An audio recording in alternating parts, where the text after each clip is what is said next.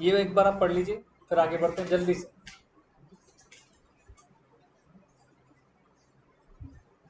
क्या लिखा था इसमें हम लोगों ने, कॉपी में बताओ। The sale of specific goods and subsequently appropriation, the seller may reserve the right of disposal until the certain conditions are fulfilled. Until the certain conditions are fulfilled, पहली Which are imposed by the seller. यानी जो condition seller ने impose की हैं, जब तक वो condition fulfil नहीं हो जाएंगी तब तक राइट्स किसके पास रहेंगे, सिर्फ और सिर्फ सेलर के पास। क्योंकि आप कंडीशन पूरी करो ना करो मैं तो फंस जाऊंगा ना, तो इसका मतलब मैंने सेलर के पास राइट्स रख दिए जाते हैं रिजर्व की, ये चाहे तो आगे बेच सकते हैं। जैसे मान लीजिए आप लैपटॉप खरीदने गए, लैपटॉप वाले ने आपसे कहा कि भाई आप पेमेंट कर दीजिए, तो आपने जब पेमेंट करोगे तो हम आपके नाम का ये लैपटॉप साइड में रख देंगे। आपने पेमेंट नहीं की, अब जब पेमेंट नहीं करोगे, कंडीशन मेरी ये कि पेमेंट करिए और लैपटॉप ले जाइए, अगर आप पेमेंट नहीं कर रहे तो मैं आपको कैसे आपके नाम का लैपटॉप रिजर्व कर दूंगा। क्योंकि अगर मैंने आपके नाम का लैपटॉप रिजर्व कर दिया और आप एक दिन तक पेमेंट करने नहीं आए, 2 दिन तक नहीं करने आए, तो मैं क्या करूंगा, मैं अपनी सेल थोड़ी लूज करूंगा आपकी वजह से। ये है, तो इसलिए सेलर के पास राइट रिजर्व कर दिए गए कि आपको लगे कंडीशन फुलफिल नहीं हो रही है तो आप आगे बेच सकते। आगे, वेयर गुड्स आर शिप्ड और delivered by to a railway administration. यहाँ पर हम गुड्स शिफ्ट कर चुके हैं या रेलवे एडमिनिस्ट्रेशन के पास गुड्स पड़े हैं। अब गुड्स मेरी कस्टडी से बाहर चले गए, लेकिन गुड्स पहुंच गए कहाँ पर, एक कैरियर वाले के पास, कैरियर के पास पहुंच गए, मेरे गुड्स मेरी कस्टडी से चले गए। आगे इसमें क्या लिखा था हमने, Buyer the bill of loading or railway receipt, goods are deliverable to the buyer or his agent the price of receipt. Rule is seller need to reserve the right of disposal. Actually prima fascia तो क्या कहता है, prima fascia कहता है कि ये जो right अपने आप में माना जाएगा कि रिजर्व अभी भी किसके साथ रहेगा, राइट सेलर के साथ। मैंने गुड्स डिलीवरी के लिए जरूर दे दिए, लेकिन अगर आप पेमेंट नहीं करो तो फिर तो फंस गए मैं, तो रिजर्व किसके साथ रहेगा, सेलर के साथ। आगे, When payment is made through bills of exchange, property will not be passed to the buyer until the bills of exchange are resolved. अब जब तक बिल्स ऑफ एक्सचेंज ऑनर नहीं होगा, चेक, बिल्स ऑफ एक्सचेंज, ये जब तक honour नहीं होंगे तब तक हम आपको ट्रांसफर होने ही नहीं देंगे। ये सिंपल सा लॉ है। क्योंकि अगर इस तरीके से सारे लोग कर लेंगे तो एक बेचारा सेलर तो हर जगह फंस जाएगा। तो इस सेलर को कुछ रेमेडीज दी गई हैं कि भैया चिंता ना करो, अगर आपका पैसा फंसा हुआ है कहीं पर तो आपके पास फुल राइट है जी। आप चाहो तो मत बेचो, आप चाहो तो अपने पास रखो और इसको किसी और को बेच दो। ठीक है जी। हाँ,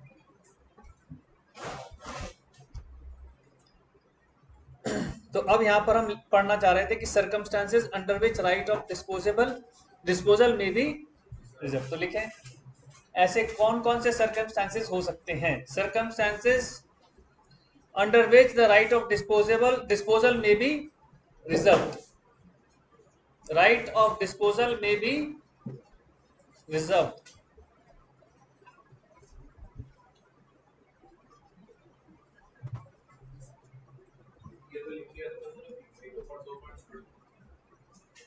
Where the goods are shipped or delivered to railway or the payment is made through bills of तो ये फिर अलग से क्यों ले लिया इन्होंने, टॉपिक वही है ना ये तो। yes. हाँ ये तो वही है, सही बात है, ये तो लिखवा दिया था फिर हमने। काट दो फिर, तो ये तो हो चुका। हाँ मार्क क्यों लगाया था।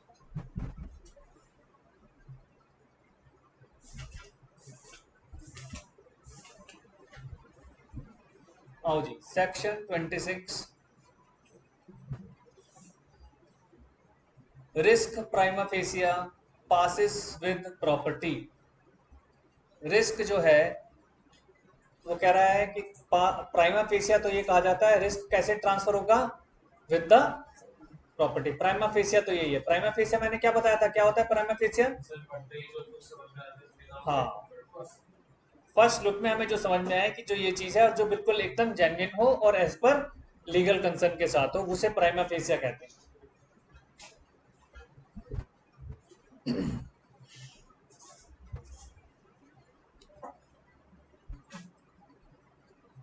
सेक्शन 26 पढ़ो बेटा, क्या कह रहा है? According to section 26, unless otherwise agreed, the goods remain at the seller's risk until the property therein is transferred to the buyer. But when the property therein is transferred to the buyer, the goods are at the buyer's risk whether delivery has been made or not. अब ध्यान से समझना, जब तक goods seller की custody में है तो वो किसके हैं? रिस्क किसका रहेगा? सेलर का। क्या कह रहा है? Unless otherwise agreed. ये एक बहुत इंपॉर्टेंट टर्म हो जाती है बेटे जब लिखा हो ना, अनलेस अदरवाइज एग्रीड, यानी जब तक हमारे कॉन्ट्रैक्ट के अंदर कोई कंडीशन मेंशन ना हो। The goods remain in seller's risk until the property therein is transfer to the buyer. जब तक बायर को प्रॉपर्टी ट्रांसफर नहीं हुई, जब तक लॉस किसका, रिस्क किसका? सेलर का। समझ गए? सेलर्स रिस्क कब तक है? Until property transfer to the buyer. ये सेलर्स रिस्क है। तो लिखो पॉइंट नंबर 1, इनको पॉइंट वाइज याद करेंगे। Point number 1 seller's risk, seller's risk है ये until property transfer to buyer.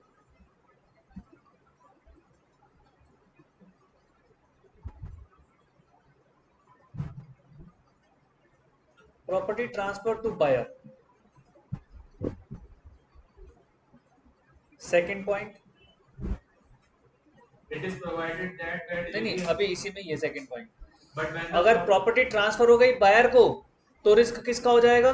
buyer लिखो second point, buyer's risk, buyer's risk when property transfer to buyer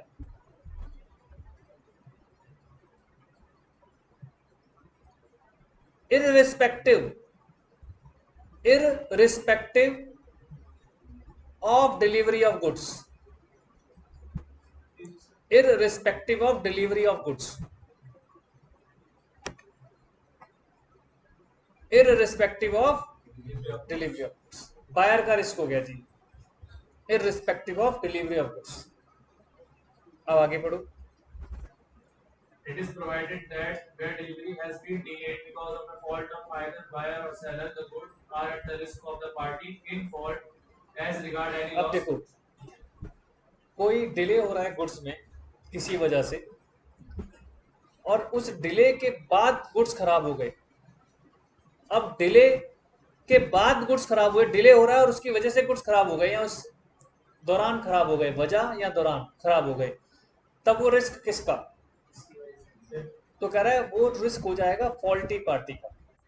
अब वो फॉल्टी पार्टी कौन है? It will be depends on,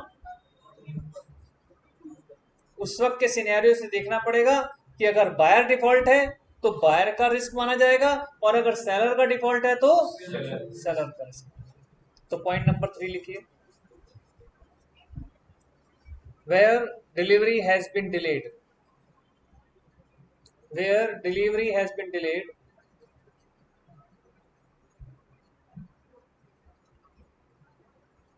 because of fault of either buyer or seller, either buyer or seller।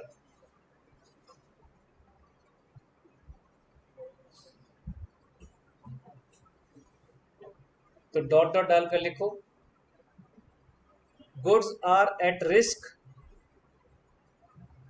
Of the party in fault. जो भी faulty party होगी उसी के ऊपर गुड्स का रिस्क डाल दिया जाएगा। गुड्स आर, क्या लिखा हमने? Risk of the party in fault.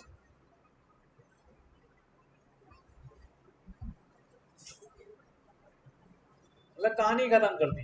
Court पूछेगा हाँ भाई किसका फॉल्ट था? सेलर कह रहा है सर मैं तो दे रहा था डिलीवरी, इसी ने डिले किया है। वो देखो ट्रक में सामान लोड हो रखा है, सब कुछ है, इसको फोन किया, इसको सब कुछ किया, मैसेज किया, भाई साहब फोन ही नहीं उठा रहे। तो किसका फॉल्ट हो गया जी? बायर का। और दूसरी तरफ अगर बाई चांस बायर इधर से फोन पे फोन कर रहा है, सामान कब भेज रहे हो, सामान कब भेज रहे हो, सामान कब भेज रहे हो, और वो सामान भेज नहीं रहा और उसके गोडाउन में आग लग गई। और सेलर बड़े मजे से कह रहा ना भैया गुड्स तो आपको ट्रांसफर हो चुके थे। डिलीवरी की डिले किसकी वजह से हुई? सेलर की वजह से। तो वहां पर उसका रिस्क हो जाएगा। रिस्क मैटर करता है तभी जिसका फॉल्ट होगा उसके ऊपर। ठीक है जी, एक लास्ट लाइन भी इसकी पढ़ लीजिए। Provided also that nothing Provided also that nothing in this section shall affect the duties or liabilities of either seller or buyer as bailey of the goods from the other party. मतलब provided also that nothing in this section shall affect the duties or liabilities of either seller or buyer। जो duties and liabilities है उसका उससे कोई लेना देना नहीं। जो जो जिसकी ड्यूटीज है, जो जो जिसकी लाइबिलिटीज है वो तो करनी है। अब मान लीजिए हमने टीवी खरीदा, हमने आपसे कहा कि भैया मैं दोपहर को आके ले जाऊंगा। आपने टीवी रखा हुआ था वो पैक करके बाहर अपने काउंट उसने, जैसे लोग दुकान के बाहर रख देते हैं, बारिश आ गई। आप क्या सोच रहे हो कि तो बिक चुका, मेरे को क्या जरूरत है, मैं क्यों अंदर रखूं। और टीवी भीगकर बारिश में खराब हो गया। आपने क्या कहा था, मैं दोपहर के बाद ले जाऊंगा। इसका मतलब वहां पर फॉल्ट किसका दिख रहा है? सेलर का। क्योंकि उसकी लाइबिलिटीज है, उसकी ड्यूटीज एंड लाइबिलिटीज पर इससे कोई फर्क नहीं पड़ेगा। भाई तुम्हारी ड्यूटी और लाइबिलिटीज क्या है? Perfect take care of the goods as like it's yours. Perfect take care of goods as it like it's yours. ये चीज समझाने की कोशिश की जा रही है। ठीक है जी, तो लिख लीजिए पॉइंट, नेक्स्ट पॉइंट में duties and liabilities of any of the party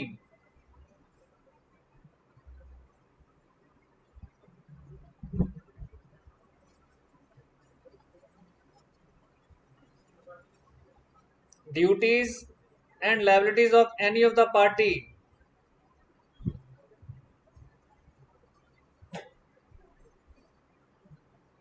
as bailey, BAIL वाला जो बेली है ना, as bailey of the goods।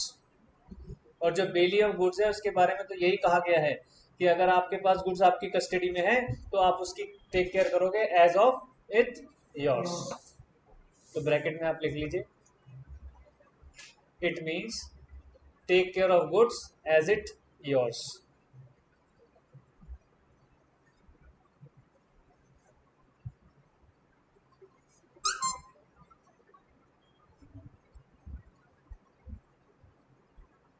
आइए जी नेक्स्ट लिखें, transfer of title by non owners. Transfer of title by non owners, by non owners.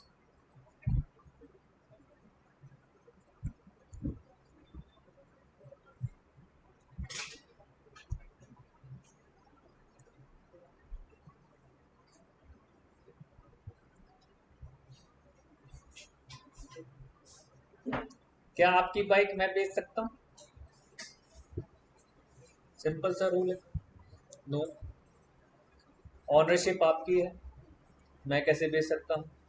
तो non honours के ऊपर इस तरीके के ऑब्लिगेशंस आते हैं। तो पढ़े जरा, कौन पढ़ेगा? आप पढ़ोगे? पढ़ो। Sale by person not the owner, subject to the provisions of this act and of any other law for the time being in force where goods are sold by a person who is not the owner thereof and who does not sell them under the authority or with the consent of the owner. The buyer acquires no better title. No better title. देखो, पहली बात आप non honour है, दूसरी बात आपके पास authority भी नहीं है टू सेल की, तो बायर को बेटर टाइटल नहीं मिलेगा। आगे The goods that the seller had unless the owner of the goods is by his conduct precluded from denying the seller's authority to sell. Simple सा रूल है, I cannot transfer better title what I have. I cannot transfer better title what I have. मेरे पास title क्या है? Non ownership का. उससे better transfer क्या कर दूंगा आपको मैं? जब मैं खुद ही नॉन ओनर हूं तो मैं आपको टाइटल ओनरशिप का कैसे दे सकता हूं? क्या एक टेनेंट घर बेच के जा सकता है? उसके पास राइट किस चीज के हैं? टेनेंसी के. तो उससे ज्यादा अच्छे राइट नहीं दे सकता, टेनेंसी से ज्यादा अच्छे राइट नहीं दे सकता हूं. सिंपल. मेरे पास ये लैपटॉप है, अगर इसका मैं ऑनर नहीं हूं तो मैं इसको बेच सकता हूं क्या? Simple answer is no. तो आप लिखें note 1.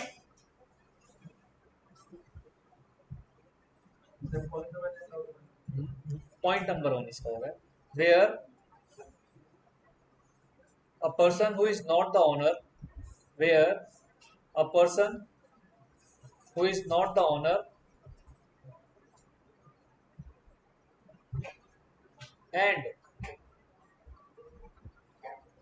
not authorized by the owner to sell,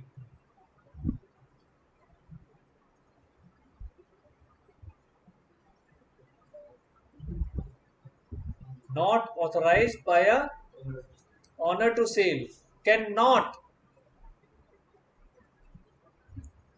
transfer the title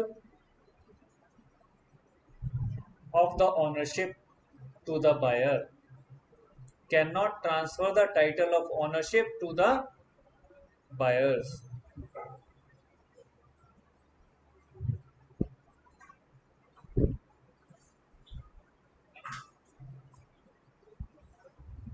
एक रूल आएगा,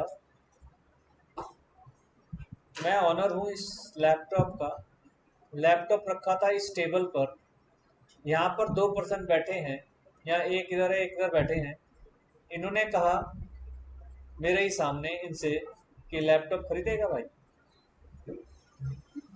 उसने कहा हाँ. कितने का? 5,000 रुपये का. मैं सुन रहा हूँ, मैं सब देख रहा हूँ, ऑनर मैं हूं और मैं मना नहीं कर रहा हूं. ध्यान से देख, सुनना इस चीज को. ऑनर मैं हूं और मैं मना नहीं कर रहा, तो क्या ये सेल जेन्युइन सेल मानी जाएगी? यही लास्ट लाइन में उसने बोला है. लास्ट लाइन में क्या बोला? दो better title of the goods other than the seller had, unless the owner of the goods is by his conduct precluded from denying the seller's authority to sell. जब तक मैं इनकी अथॉरिटी को मना नहीं करूंगा टू सेल, तब तक मैं फिर कुछ नहीं कर सकता. समझ रहे बात को? यानी मुझे इनको रोकना पड़ेगा, मुझे आपको बताना पड़ेगा he is not the owner. और अगर मेरे सामने ये डील कर गए तो इसका मतलब क्या माना जाएगा? मेरी कंसेंट आ गई वहां पर. अभी वो आगे आएगा हालांकि पॉइंट, अभी लिखेंगे. तो अब लिखें जरा, ये बात समझ आ गई सबको? अब लिखो exceptions to the above rule, exceptions to the above rule, exceptions to the above rule.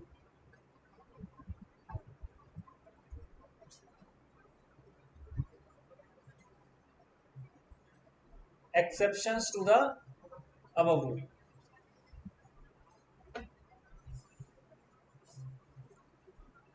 पहला, sale by mercantile agent. Sale by mercantile agent. Consignment कर लिया अब आप लोगों ने? नहीं करा? अभी कंसाइनमेंट करेंगे तो वहां पर ये वर्ड यूज मिलेगा, बहुत अच्छा हुआ. Mercantile agent. ऑनर अपने गुड्स बेचने के लिए एजेंट अपॉइंट कर सकता है, और एक वो सिस्टम है उसको हम बोलते हैं कंसाइनमेंट. तो जो एजेंट अपॉइंट किया जाता है अंडर दिस सिस्टम उसको कहा जाता है mercantile agent, like commission agent. Simple नाम कमीशन एजेंट, अदरवाइज वैसे क्या है उसका नाम? Mercantile agent. मर्केंटाइल बना मर्चेंट से.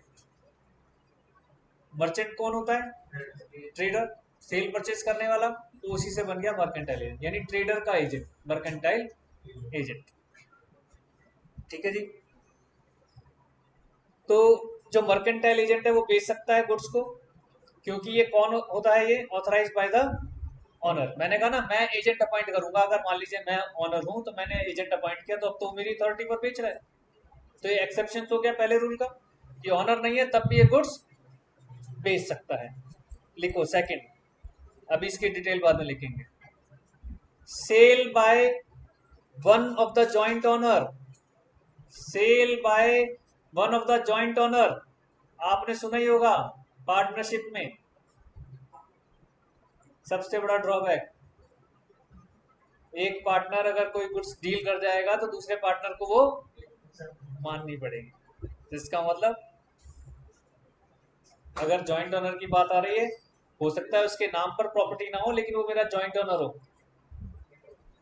कहने होता है गुड्स कई बार क्या होता है, खरीद मैं रहा हूं लेकिन मेरा ऑनर है जो वो बेच रहा है। उसमें किस तरह की डीलिंग्स होती है, जैसे मेरे साथ हो गए, सामान मैं खरीदूंगा बेचोगे आप, सामान मैं खरीदूंगा बेचोगे आप। तो सामान मैं खरीदूंगा तो ऑनरशिप मेरे नाम पर आई, लेकिन बेच कौन रहा है ना, तो जॉइंट ओनर्स में दिस इज पॉसिबल। ठीक है जी, ये सेक्शन 28 था। थर्ड लिखो, sale by person, sale by person having possession under voidable contract, sale by person having possession under voidable contract.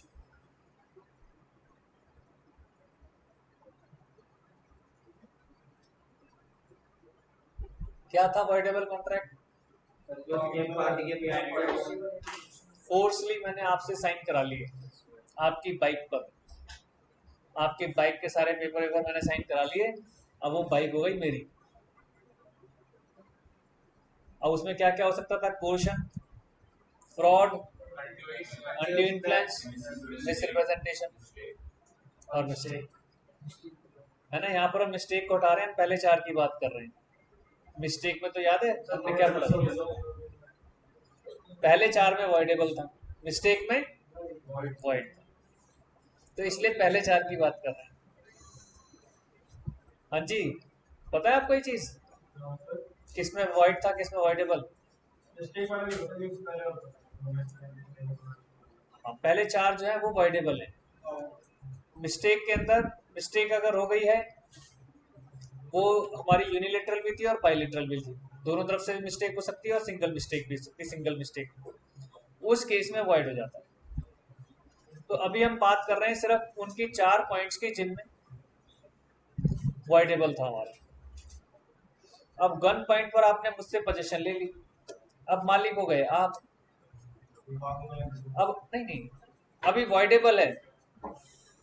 अब वो जो आपने गुड्स ले ली पोजीशन मेरे से वॉइडेबल कॉन्ट्रैक्ट में, अब आप उसे आगे बेच रहे हो किसी और को,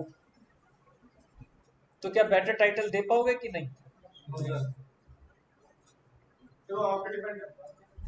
हाँ, मुझ पर डिपेंड करता है। लेकिन अगर मैंने कुछ नहीं किया तब तो वैलिड हो जाएगा, तभी तो कह रहा है, तभी तो कह रहा है कि अगर वॉइडेबल वाला ऑप्शन है तो वॉइडेबल वाले ऑप्शन में तो आप बेच सकते हो, वॉइड वाले में नहीं बेच सकता था मैं, लेकिन वॉइडेबल वाले में हम बेच सकते हैं। मैंने आपसे धोखा देकर आपकी बाइक साइन करा ली अपने नाम, धोखा देकर, आपको पता चल गया कि धोखा दिया है, और आप फिर भी डर के मारे चुपचाप बैठे हो, यार सर है सर है सर है। ठीक है, तो क्या मैं उस बाइक को आगे इनको बेच सकता हूँ कि नहीं? कब? जबकि वॉइडेबल है। इसके अंदर एक टाइम लिमिट आ जाती है, वॉइडेबल में भी एक टाइम लिमिट थी ना, हमने कहा था कि विद इन एक रीजनेबल टाइम आपको रेज करना पड़ेगा अपना, कि भाई सर मेरे साथ गलती हुई है सर, आप थाने जाओगे, कोर्ट जाओगे, कहीं तो जाओगे, आपको रेमेडी कहाँ से मिलेगी? उन्हीं दो जगह से, या तो थाने से या कोर्ट से। अब आप वहां नहीं जा रहे हो तो रेमेडी कौन दिलाएगा? नो वन, वैलिड हो गया। अगर आप चुप रह गए तो वैलिड है, आप बोल गए तो वॉइड है। और जब तक आप कुछ नहीं कर रहे तब तक वॉइडेबल। अब उसी वॉइडेबिलिटी वाली सिचुएशन में मैंने आगे इनको वो बाइक बेच दी, तो इनको बेटर टाइटल मिलेगा कि नहीं? मिलेगा। हाँ, वैलिड हो गया। हाँ, जिस दिन वो रेज कर देंगे क्वेश्चन वॉइड वाला, उस दिन फंस जाएगी सारी समस्या, फिर 3 पार्टी उसके अंदर इन्वॉल्व हो जाएगी। समझ गए? लेकिन अभी वो कह रहा है कि वॉइडेबल है, तो उसमें क्या मिलेगा? Better title. ठीक है जी। Fourth, sale by one who has already sold the goods. Sale by one who has already sold the goods but continues in possession thereof, but continues in possession thereof. Sale by one who has already sold the goods but continues in possession thereof. ये दादागिरी type के लोग होते हैं, ये थोड़े से निडर टाइप के लोग। निडरता क्या? मैंने आपके साथ डील कर ली इस लैपटॉप की, लैपटॉप 20,000 का हो गया आपका, लेकिन अभी आपने मेरे को पेमेंट नहीं की। सब कुछ हो चुका है, पेमेंट नहीं किया आपने मुझे, पर मेरी पोजीशन में गुड्स है, या कुछ भी किसी भी रीजन से मान लो आप पेमेंट भी कर गए, लेकिन अभी गुड्स की पोजीशन मेरे पास ही है। एक पार्टी आई, कितने का दोगे लैपटॉप? मैं 30,000 रुपये का, नेगोशिएट करके वो 25,000 में ले गया। आपको मैंने कितने देने थे? 20,000 में देने थे, 25,000 में मेरा बिक गया, आपको मैंने मना कर दिया। अब आप मेरे पर क्या केस कर सकते हो? डैमेजेस का क्लेम कर सकते हो। मैं आपके 20,000 दूंगा, ले यार भाई वो लैपटॉप तो मैं किसी और को बेच दिया। तो ये हमने कॉन्ट्रैक्ट में पढ़ा था कि ऐसी सिचुएशन में अगर कोई गुड्स बेच देता है तो जो ओरिजिनल बायर है यानी आप मेरे पर क्लेम फॉर डैमेजेस कर सकते हो। वो क्लेम फॉर डैमेजेस क्या था, याद है? क्लेम फॉर डैमेजेस क्या था? कि मैंने आपके साथ 20,000 में डील किया और अब आपको वो लैपटॉप मिला 25,000 में ही, तो आप मुझसे 5,000 रुपए का डैमेजेस मांग सकते हो। समझ रहे बात को? ये था। लिखो next, sale by buyer obtaining possession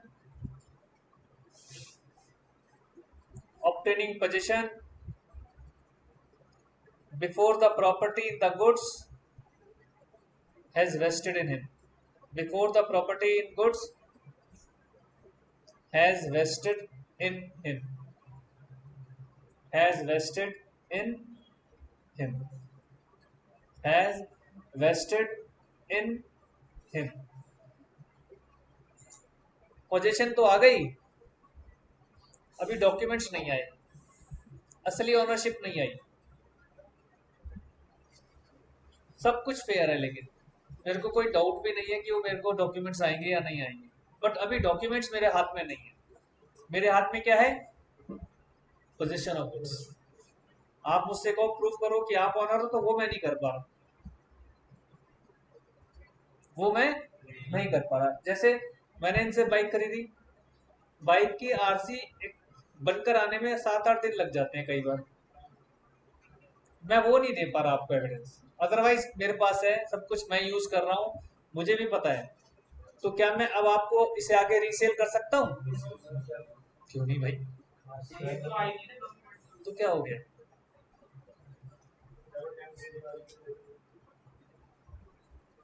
यही तो कह रहे हैं, although not vested in him, मेरे पास वो डॉक्यूमेंट्स नहीं है जिससे मैं ये प्रूफ कर चुकूं कि असली मालिक मैं हूं, लेकिन मैं मालिक हूं, मेरे पास पोजीशन भी है। आपको पता है ये बात, मैं आपसे कुछ छुपा नहीं रहा हूं। आरसी के प्रोसेस को दिखा सकता हूं आपको, मैं आपसे कुछ नहीं छुपाया जा रहा, बस मेरे पास सिर्फ इतना सा है कि मेरे पास मेरे नाम का टाइटल नहीं है। अगर ये इन ड्यू प्रोसेस है तो इसे बेचा जा सकता है बेटा, वो ये कह रहा है। ये फेयर डील मानी जाएगी। तभी तो कह रहा है ये एक्सेप्शन है। नो डाउट मेरे पास पेपर नहीं है, लेकिन मैं बेच सकता हूं, सब्जेक्ट टू कोई इफ और बट ना हो, सब्जेक्ट टू कोई इफ और बट ना हो। मैंने आपके साथ जो जिनसे मैंने खरीदा उनसे प्रॉपर मेरी परफेक्ट डील है, मेरे प्रोसेसिंग में चल रहा है डॉक्यूमेंट्स, मेरे पास पोजीशन भी है। क्योंकि दुकानदार तो जैसे ही पैसे दोगे वो गाड़ी की पोजीशन दे देता है आपको, मना थोड़ी करता है। आरसी की प्रोसेसिंग स्टार्ट कर देता है, 3,000 रुपये लेगा, आरसी की प्रोसेसिंग स्टार्ट कर देगा। आरसी बन कराने में 3, 4, 5, 7 दिन लगेंगे, डिपेंड वर्कलोड पर।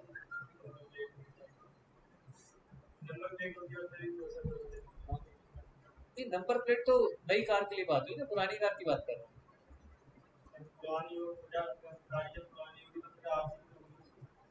नंबर चेंज नहीं होता ना बेटा, सिर्फ आरसी में ट्रांसफर होता है, नंबर सेम रहता है, सिर्फ आरसी ट्रांसफर होती है। और वो काम है ट्रांसपोर्ट अथॉरिटी का, जो पहले आपके यहाँ हुआ करती थी, अब वो थोड़ी चेंज हो गई, बाकी कोई चेंज नहीं। सो रहा है वो, सो रहा है ना, नहीं सर इसकी आंखें ऐसी हैं कैसे लगता है सो रहा है। लेट नाइट स्टडी करते हैं कैसा क्वेश्चन पूछ लिया वो जरा स्टडी वर्ड हटा दो, बाकी सब ठीक है लेट नाइट स्लीपिंग है, लेकिन स्टडी वेटडी मत लो, तो ऐसे गंदी बातें मत बोला करो। सीए तो होती रहेगी, इसमें क्या है।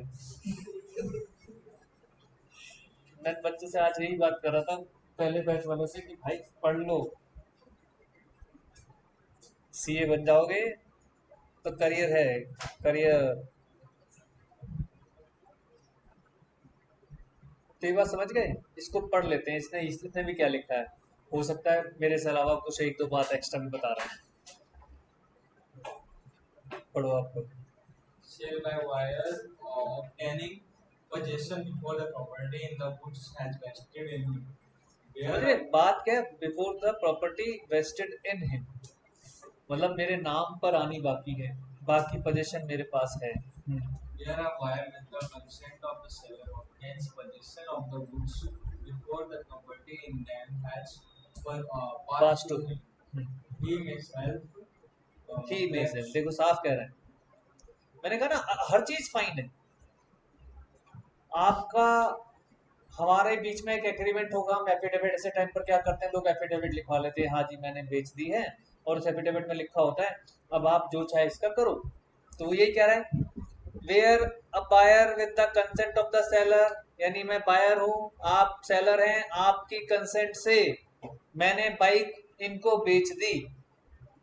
वो कंसेंट कहाँ दिख जाएगी, एफिडेविट, एफिडेविट में लिखा हुआ होता है।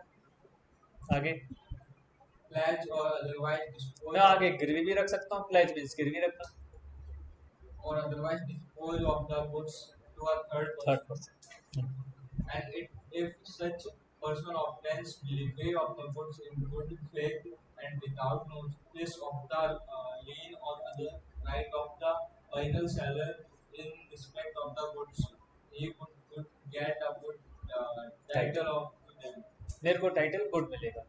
मैंने कहा ना इफ और बट नहीं होने चाहिए, पहले ही मैंने मना किया है, इफ बट नहीं। इफ बट मतलब इन द सेंस कि पता चला आपने मेरे अगेंस्ट एक केस कर रखा है, सर ने मेरे से जबरदस्ती बाइक ले ली, तो वो तो इफ हो गया, इफ बट्स आ गए। ये वो डील है जिसमें कोई इफ बट नहीं है, सब कुछ फेयर चल रहा है, ठीक है। आ जाओ नेक्स्ट लिखो, इफेक्ट ऑफ स्टोपेल, एक नया वर्ड आ रहा है आपके लिए, इफेक्ट ऑफ स्टोपेल, बताऊंगा नहीं बता रहे।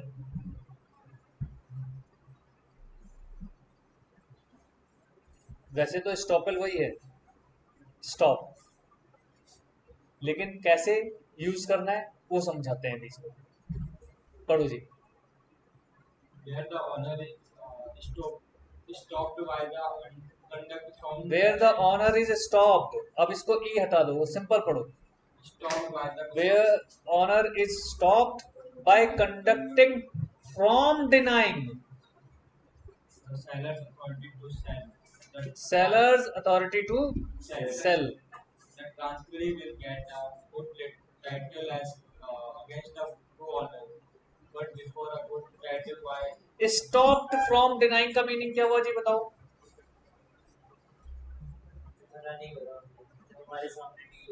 हाँ, उसको नहीं रोक रहा. स्टॉप फ्रॉम डिनाइंग, जो भी मैंने बताया था. ये क्या कह रहे हैं, मैंने भी कहा था आएगा. अब देखो ये बिल्कुल ही आ गया. अब ये मेरा लैपटॉप इनको बेच रहे हैं बड़े प्यार से, 5,000 रुपये का लेगा. और मैं सुन रहा हूँ, मैं देख रहा हूँ, समझ भी रहा हूँ कि मेरा ही लैपटॉप बिक रहा है. And I am not stop from denying, है ना. मैं रोक ही नहीं रहा, मैं इसको रोक ही नहीं रहा. अब मैं अगर नहीं रोक रहा तो इसका मतलब मेरी रजामंदी आ गई. इसको बोलते हैं स्टॉपर. अब इन्होंने खरीद लिया, अब इन्होंने खरीद लिया, क्या अब मैं रोक सकता हूं? अब मेरे हाथ से बात निकल गई.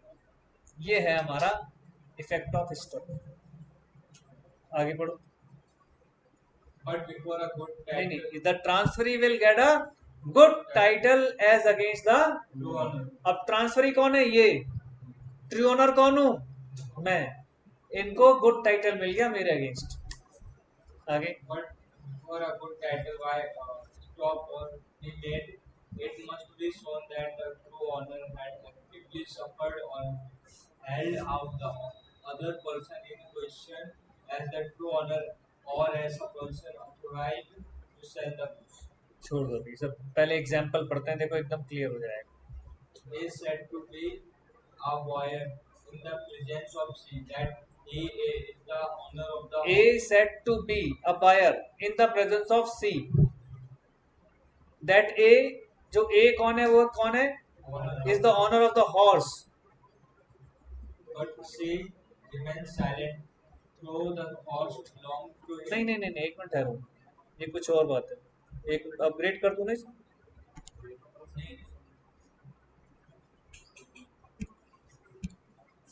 ओहो.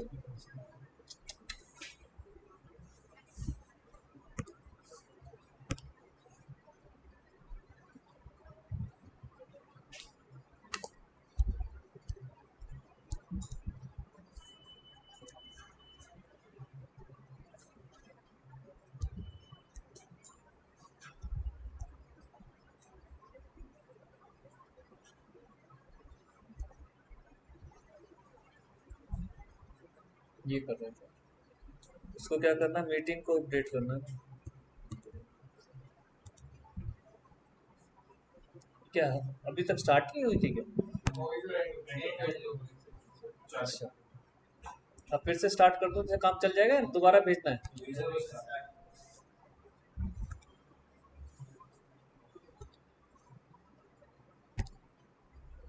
कभी तो लगता है मैं सीख गया, कभी लगता है फिर भूल गया. अब पहुंच गया होगा ना उनको? ध्यान से देखना. A said to B, a buyer in the presence of C, that A is the owner of the horse, but C remained silent. Actually owner कौन है? C. और A अपने आप को owner डिफाइन कर रहा है. किसको? B को. Remained silent. The horse belonged to him. B bought the horse from A. B ने घोड़ा खरीद लिया. सेम वही सिचुएशन आ रही लैपटॉप वाली. Here the buyer B will get a valid title to the horse even though the seller A had not title to the horse. In this case, C by his own conduct, C अपने ही conduct से is preventing from denying. उसने क्या किया? Deny करने से मना कर दिया. अपना कंडक्ट, यानी मैं चुप बैठा रहा तो मैंने अपने उस कंडक्ट से ये शो कर दिया कि जो हो रहा है ठीक हो रहा है, होने दो. A's authority to sell the horse. Here C's silence has induced B to deliver the goods. That A is the owner of the. Clear है पॉइंट? यानी मेरे कंडक्ट से ये क्लियर हो गया कि भैया ये जो हो रहा है होने दो। इसको क्या बोलते हैं? स्टॉप। सर इस केस में जैसे मतलब अगर उसने थोड़ा नहीं रहा वो पैसे देता है तो जैसे कि आप उसके पहले दिए थे तो अगर वो पैसे आपको नहीं मिलते तो आप उसको कर सकते हो। वो तो फिर तो मैं उसके ऊपर सू कर दूंगा। लेकिन उस केस में तो सर तो ये दिखा देंगे मतलब इनको नहीं करूंगा ना, मैं क्या करूंगा इधर इनको इनके ऊपर सू करूंगा। वो तो बेटर टाइटल लेकर बैठ गए, वो तो बेटर टाइटल लेकर बैठ गए, पैसे भी ले गए, खत्म। अब उनके अगेंस्ट कुछ नहीं हो सकता। सर ये नहीं मतलब हाँ, ये तो मैं बिल्कुल केस कर सकता हूँ इनके अगेंस्ट, वो तो बिल्कुल केस कर सकता हूँ। वो मेरी और इनकी अंडरस्टैंडिंग है। लेकिन सर वो कोर्ट में फिर कोर्ट ये नहीं कहेगा कि आपके सामने हाँ, अरे तो कोर्ट यही तो कहेगा, इनसे ही पूछेगा असली ऑनर कौन है, तो ये मुझे कहेंगे हाँ जी ये है, तो पैसे किसको मिलने चाहिए? मुझे। मेरा चुप रहने का मतलब ये थोड़ी है कि मैंने ये डिनाई कर दिया कि मैं पैसे नहीं लूंगा। मेरे चुप रहने का तो पर्पस ये है कि हाँ भाई डील हो रही है, होने दो, डील हो रही है, होने दो। मेरे पड़ोस में एक फ्लैट है, वो बिकाऊ है, लेकिन ऑनर मुझे नहीं बेचना चाहता। वो बिकाऊ है लेकिन ऑनर मुझे नहीं बेचना चाहता। अब मैंने आपको कहा कि जाओ खरीद लो, आप खरीद लो और मैं खरीद कर आपसे ले लूंगा, तो उसमें क्या कोई गलत थोड़ी कर रहा हूँ? उसको उसके पैसे मिल जाएंगे, आपको बीच में अपनी जो कमीशन मिलनी है वो मिल जाएगी, तो क्या हो गया? कोई चीटिंग नहीं। समझ गए बात को? रिस्ट्रिक्शन लगा नहीं सकता वो, ना आप पर ना मुझ पर। हम दोनों के बीच में कॉन्ट्रैक्ट कुछ भी हो सकता है। ये है कि उसमें उसे दिख भी नहीं रहा, लोग करते हैं ऐसे। ठीक है जी, लिखिए last, second last, sale by an unpaid seller, sale by an unpaid seller.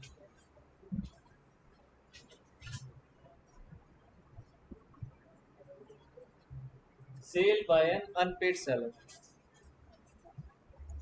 अभी अगला चैप्टर भी आना है, इस नाम से चैप्टर ही है पूरा, लास्ट होगा, इससे अगले से अगला है शायद, अगला ही है। तो अनपेड सेलर एक्चुअली क्या है? अनपेड सेलर वो बेचारा बंदा जिसको पैसे नहीं मिले, अनपेड सेलर। सेलर तो है लेकिन पैसे नहीं मिले।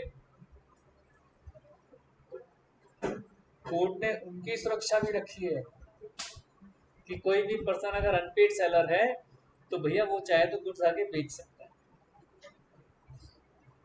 बस उसको क्या बताना है कि सर देखो आज की तारीख तक पैसे आने थे, नहीं आए, अब नहीं आए तो मैं बेच रहा हूं।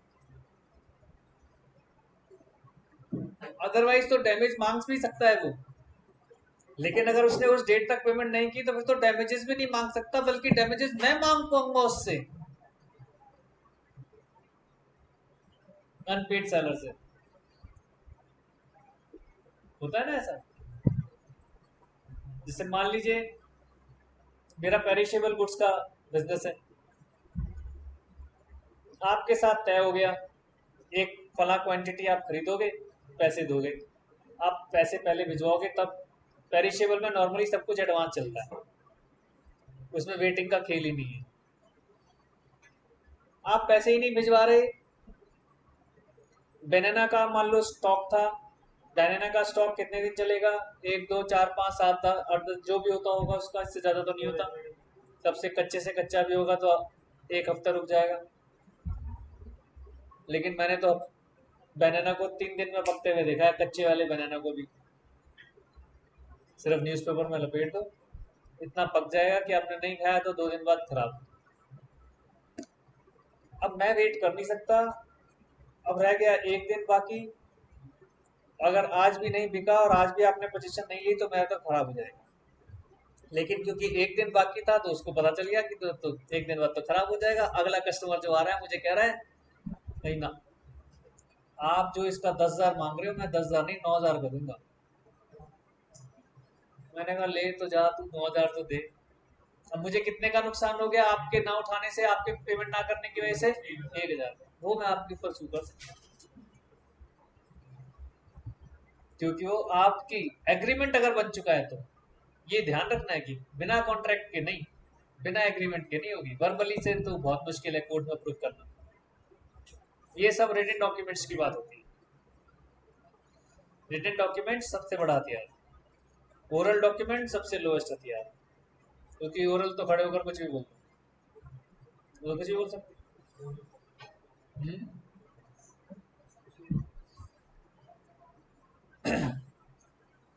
तो इसमें क्या, इसमें कुछ लिखने की जरूरत तो नहीं है वैसे, सिंपल सा आप ये लिख सकते हो, unpaid seller has full right to resale.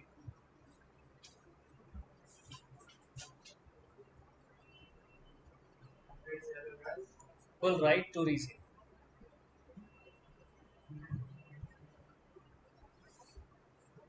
बाकी डिटेल में अभी हम पूरा पढ़ेंगे तो अनपेड सेलर उसमें आपको समझ में आ जाएगा।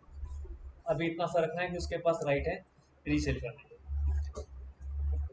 लास्ट में सिर्फ टेक्निकल है, लॉज के बेस पर बोल रहा है। तो देखो, sale under the provision of the other acts लिख दीजिए, sale under the provision of other acts. Non owner है ये, लेकिन कभी कभी एक्ट के अंदर इनकी एंट्री हो जाती है, जैसे ऑक्शन। इसके बारे में ज्यादा डिटेल में नहीं लिखेंगे, ब्रैकेट में लिख लो एग्जांपल ऑक्शन। ऑक्शन में कौन सामान बेचता है? ऑक्शनर, वो मालिक थोड़ी होता है। एक और एग्जांपल ले लो, लिक्विडेटर। एक और एग्जांपल लिख लो, official assignee appointed by the court. Official assignee appointed by the court.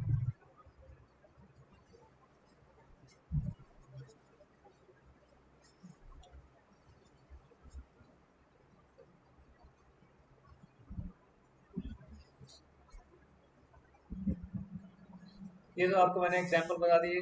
अब इनका समझ लीजिए क्या कह रहे थे। ये 3 अलग अलग एक्ट की बात कर रहा है। पहला तो ऑफिशियल रिसीवर, लिक्विडेटर, ये तो जो मैंने पहले एग्जांपल आपको लिख दी।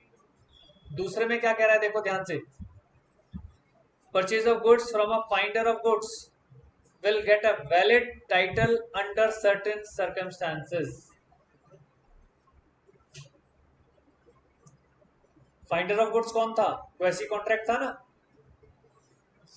क्वेसी कॉन्ट्रैक्ट में क्या कहा गया है कि अगर मेरे को सारे एफर्ट्स करने के बाद भी ओरिजिनल बायर नहीं मिला, ओरिजिनल ओनर नहीं मिला, तो I can sell the goods और आपको बेटर टाइटल मिलेगा। आपको बेटर टाइटल मिलेगा, सब्जेक्ट टू टाइम लिमिटेशन, कि कितने टाइम तक आपको वेट करनी है।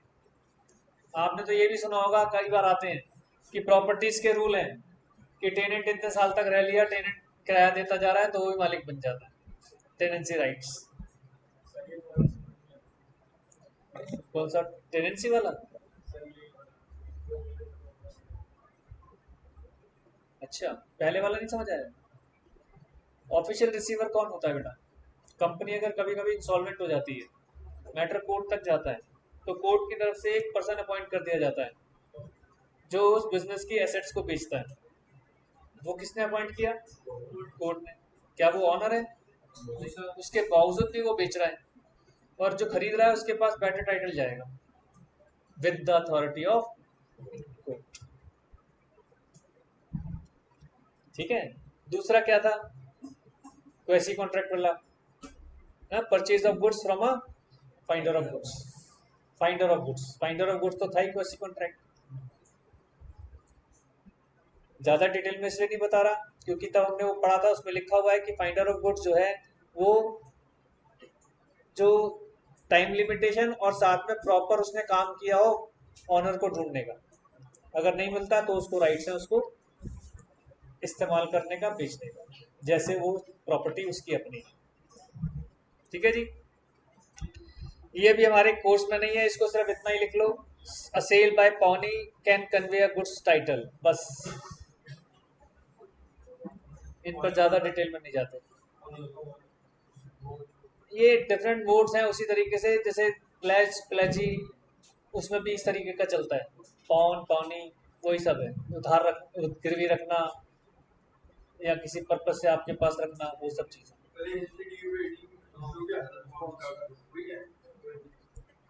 क्या चीज़ आती है? अच्छा, मैंने नहीं देखा। छोड़ो छोड़ो, नेक्स्ट लिखो।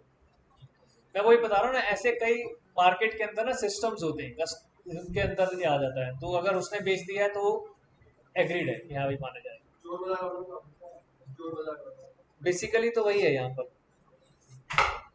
ये चोरी का ही माल बिकता है एक्चुअली।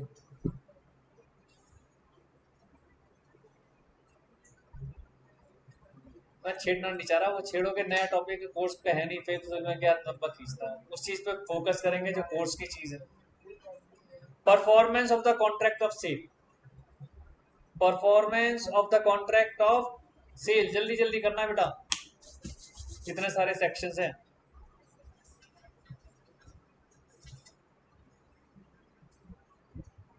परफॉर्मेंस से क्या मतलब होता है? ऑब्लिगेशंस फुलफिल करना, यही तो है परफॉर्मेंस। सेलर का परफॉर्मेंस क्या होना चाहिए? बायर की क्या होनी चाहिए? पैसे टाइम पर दे दे भाई, ठीक है ना।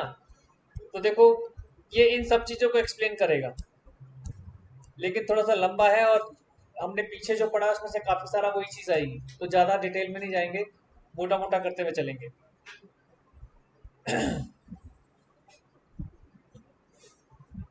कह रहा है the performance of a contract of sale implies delivery of goods by the seller and acceptance of the delivery of goods and payment of price from for them by the buyer, यही होती है performance. Seller goods transfer करे, buyer goods की delivery लेकर पैसे भी time पर भेज दे, सिर्फ यही परफॉर्मेंस है, ठीक है जी।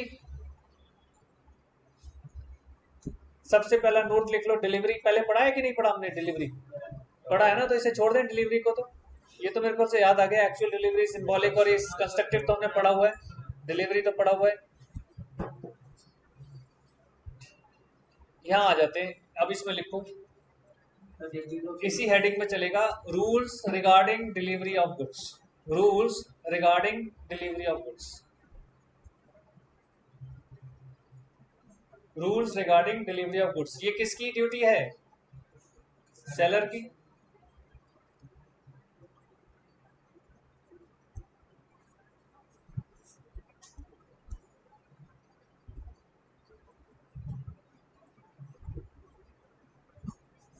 पहला पॉइंट लिखो, section 33,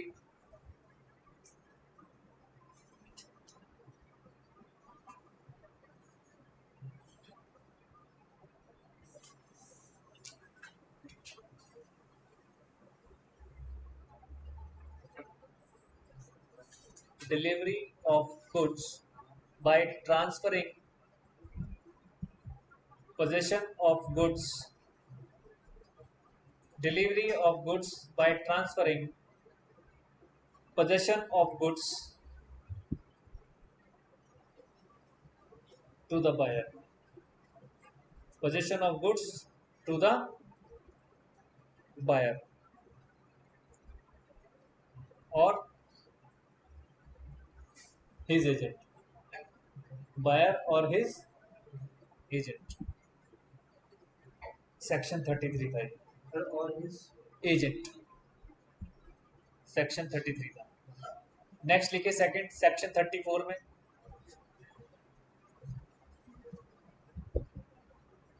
in case of part delivery,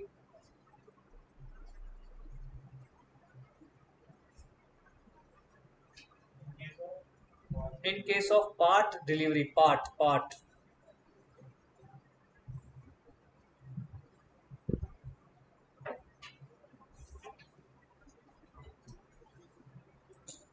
it is the duty of the seller, it is the duty of the seller to deliver the goods in whole, to deliver the goods in whole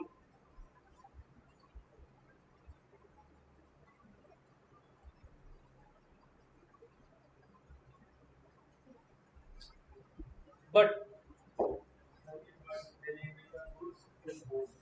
in whole, in whole, WHOLE वाला, WHO in whole, फिर क्या लिख रहा है? But in part delivery, but in part delivery,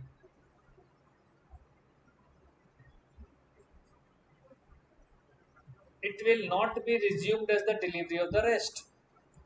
But in part delivery, it will not be resumed as delivery of the rest.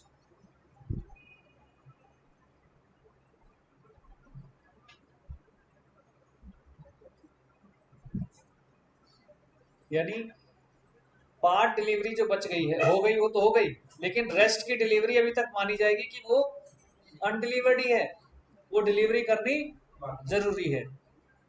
Third लिखो, section 35,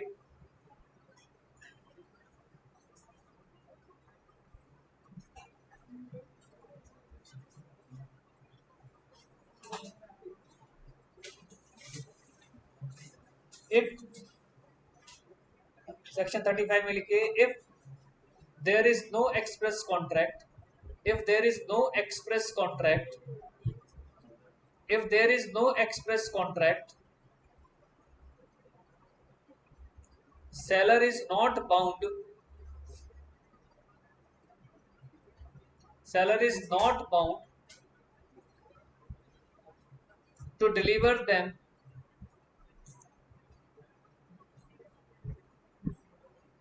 seller is not bound to deliver them until buyer applies for delivery. क्या हुआ? Pen चाहिए?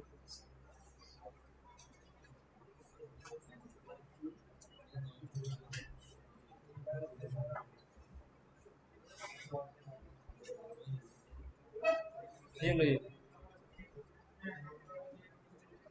है, Still applies to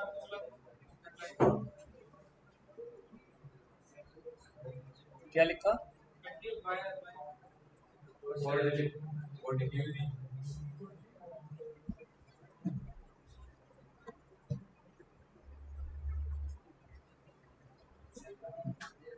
buyer को apply करना पड़ेगा, और जब तक बायर अप्लाई नहीं करेगा सेलर बाउंड नहीं है, लेकिन उससे पहले कंडीशन लिखवा दी है, अगर कोई एक्सप्रेस कॉन्ट्रैक्ट नहीं है तो।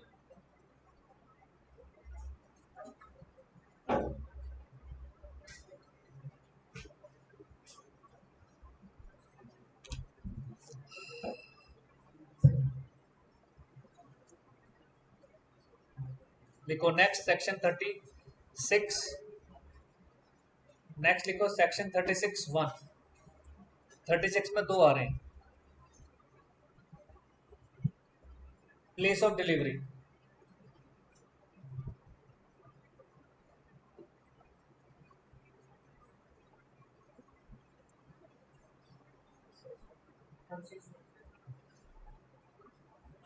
देखो बेटा, अगर कॉन्ट्रैक्ट में एक्सप्रेस है कि मेरे इस एड्रेस पर डिलीवरी भेजो, तब तो आपको वहीं भेजनी पड़ेगी, लेकिन अगर कॉन्ट्रैक्ट में प्लेस ऑफ डिलीवरी का मेंशन ही नहीं है तो कहां भेजें?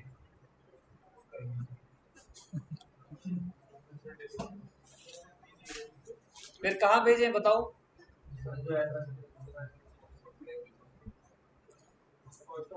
अगर आपने स्पेसिफिकली मेंशन नहीं किया तब कहां भेजें? मान लीजिए, सॉरी, मैंने सुमित्रा क्लासेस ने डिसाइड किया कि आपको कुछ गिफ्ट भेजना है सारे स्टूडेंट्स को।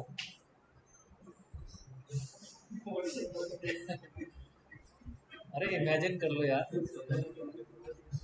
रियल में मत सोच के चल रहा, कहीं मुझे फंसवा दो कि सर ने कहा था। कोई नहीं, ये भी अच्छा है, फनी सा सही, कभी कभी फनी भी होने चाहिए ना।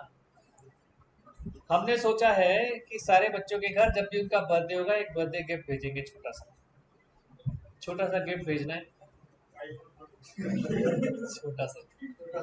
छोटा सा लेकिन मोटा सा है, छोटा सा लेकिन मोटा सा।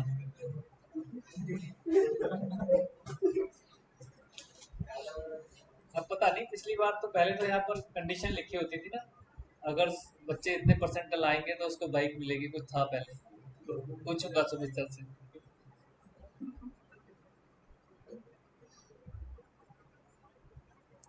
तो मैं क्या कह रहा था, हाँ, हमने आपको बेटा कब भेजना है, तो कहाँ भेजेंगे खुद सोच के बताओ। आपने जब फॉर्म भरा होगा उसमें कोई एड्रेस लिखा होगा, बस वहां भेज दो। मेरे हिसाब से वो क्या है, रीजनेबल प्लेस। मेरे हिसाब से वो प्लेस है जो आपने खुद डिफाइन किया है।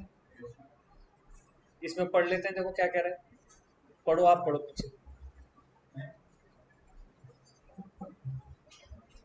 Place of delivery, Place of delivery. Whether it is for the buyer to take possession of the goods or for the seller to send them to the buyer is a question depending in each case on the contract, express or implied, between the parties. Apart from any such contract, goods sold are to be delivered at the place at which they are at the time of the sale, and goods agreed to be sold are to be delivered at the place at which they are at the time of the agreement to sell, or if not in existence, at the place at which they are manufactured or produced. तो इसमें मैं modify कर देता हूँ, तो लिखिए जरा, if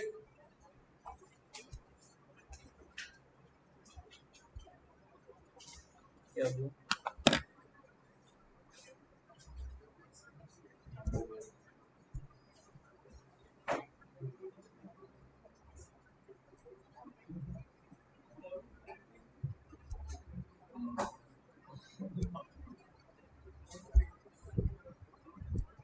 बार बार बंद क्यों हो रहा है?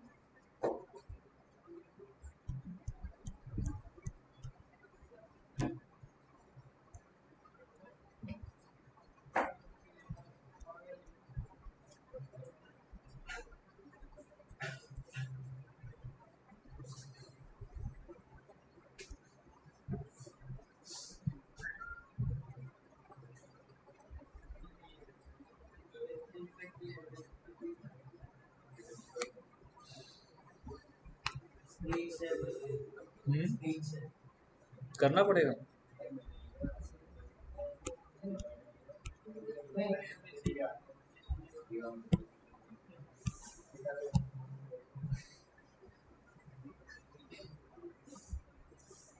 कहाँ गया?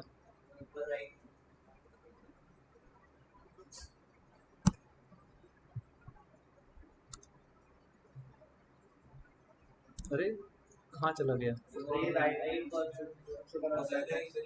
यही ना,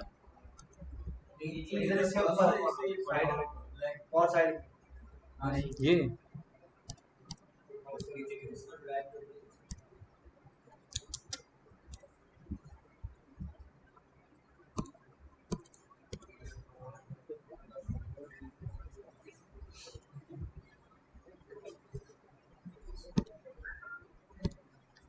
खतरनाक चीज है ये। अब हो गया?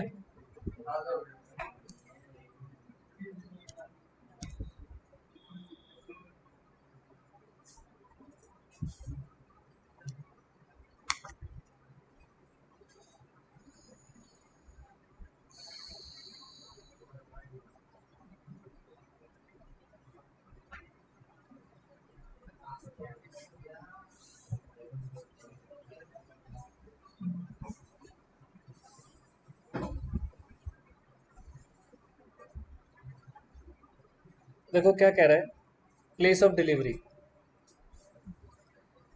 whether it is for the buyer to take possession of goods or for the seller to send them to the buyer is a question depending in each case of the contract, express or implied, between the parties. या तो contract में mention होगा, express या implied, उसके according transfer होना है। तो लिख लीजिए इसके अंदर point number 1, goods to be delivered as per the contract, goods to be delivered as per the contract, either express or implied.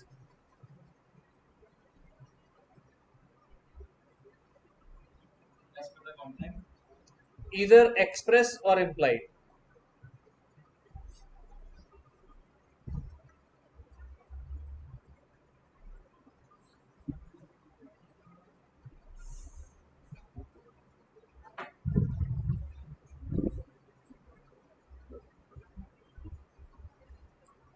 फिर लिखो second point,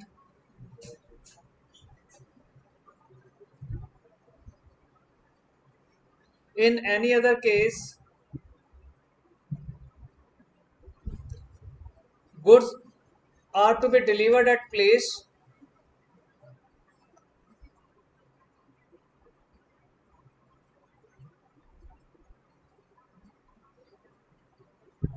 at which they are at the time of sale.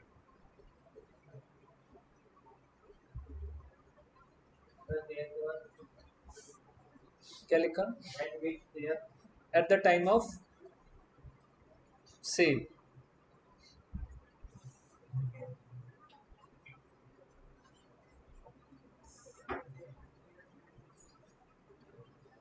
Third point लिखो, क्या हुआ, कहाँ रह गया,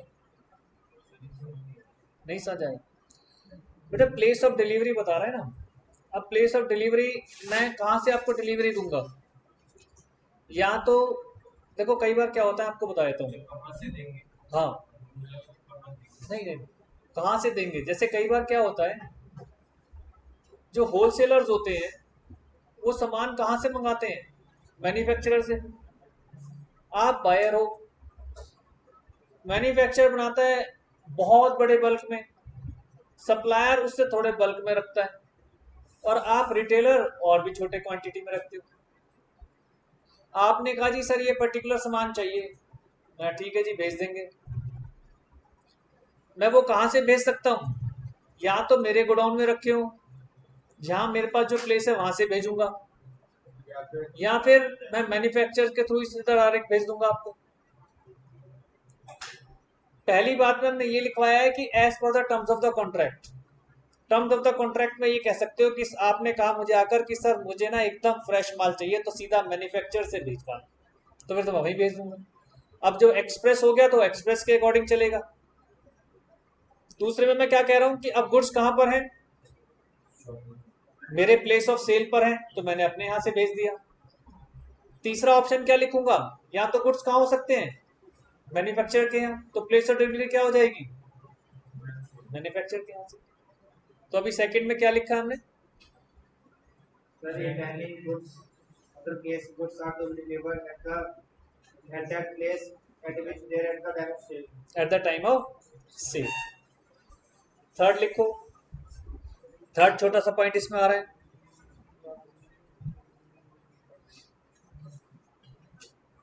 क्या हुआ? नहीं नहीं नहीं, प्लेस ऑफ डिलीवरी, जहां से डिलीवरी होगी, जहां से डिलीवरी होगी,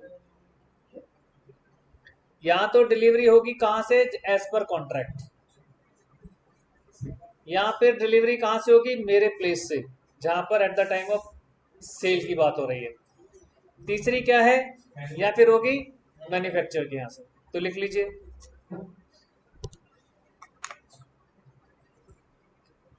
in other case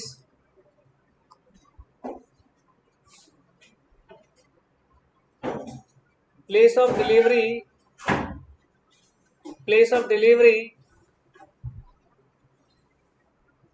may be the place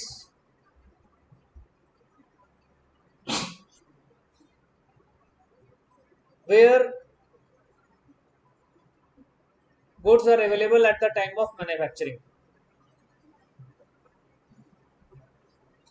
Goods are available at the time of manufacturing, ये प्लेस ऑफ डिलीवरी हो जाएगी। अब इसमें ये तो 36(1) था, अभी 36 खत्म नहीं हुआ, अब 36(2) आ रहा है। नेक्स्ट पॉइंट लिखो, 36(2), सेक्शन 36(2), टाइम ऑफ डिलीवरी क्या होगी?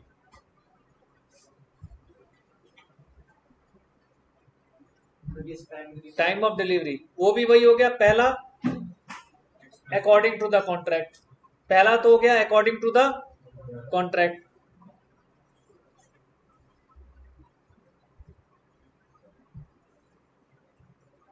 दूसरा रीजनेबल टाइम। पहला तो अकॉर्डिंग टू द कॉन्ट्रैक्ट, दूसरा हो गया रीजनेबल टाइम। ठीक है ना जी। आओ जी नेक्स्ट पॉइंट लिखो। Goods in possession of third party. Goods in possession of third party.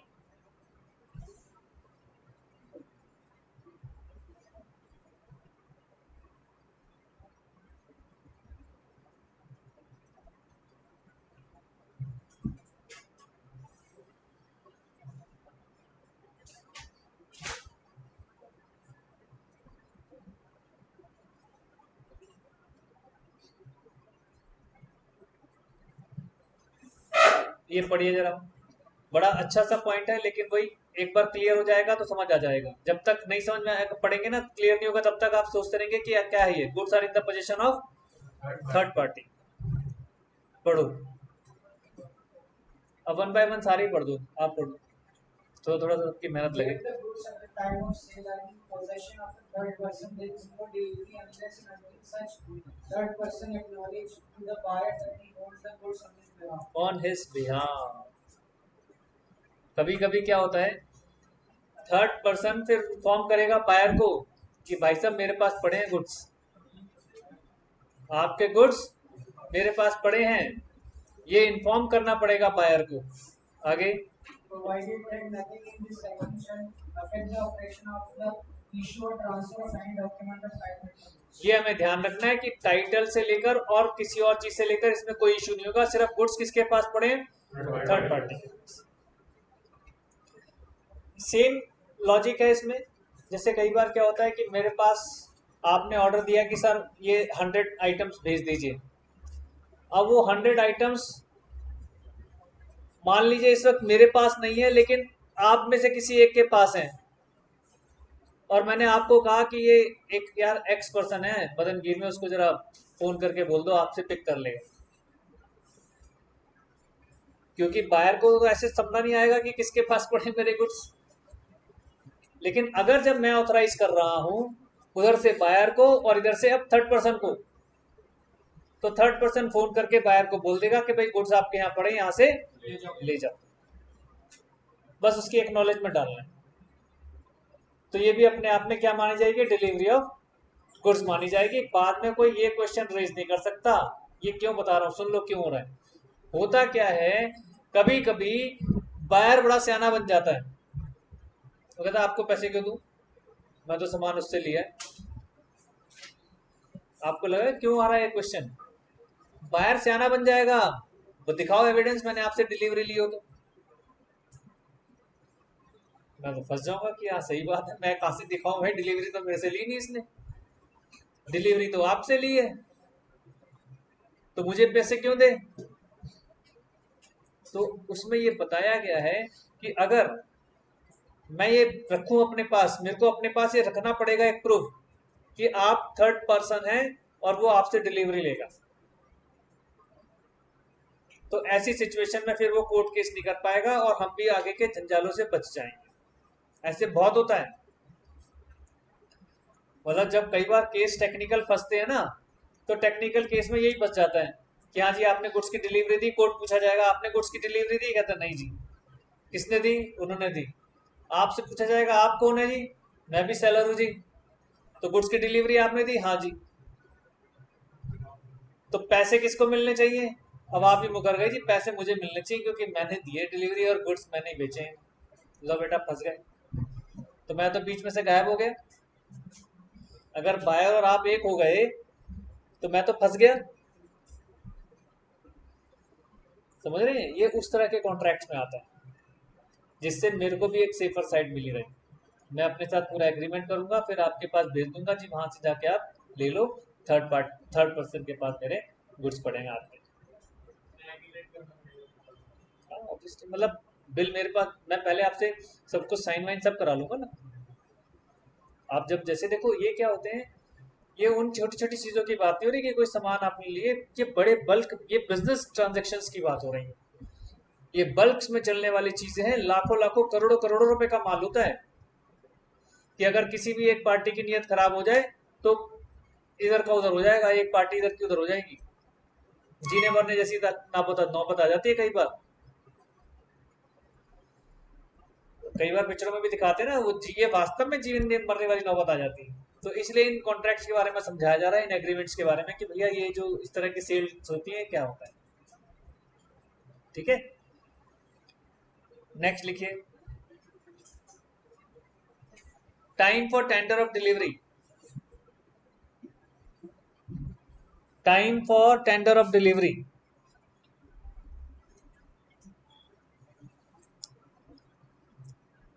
Tender basically होता है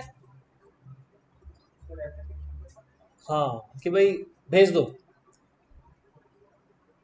टेंडर मतलब आपने अपनी तरफ से एक इंफॉर्मेशन दे दी, टेंडर करना। तो क्या कह रहा है, time for tender of delivery, कि आपने इंफॉर्मेशन भेजी कि हाँ जी भेज दो, डिलीवरी कर दो, time for tender of delivery.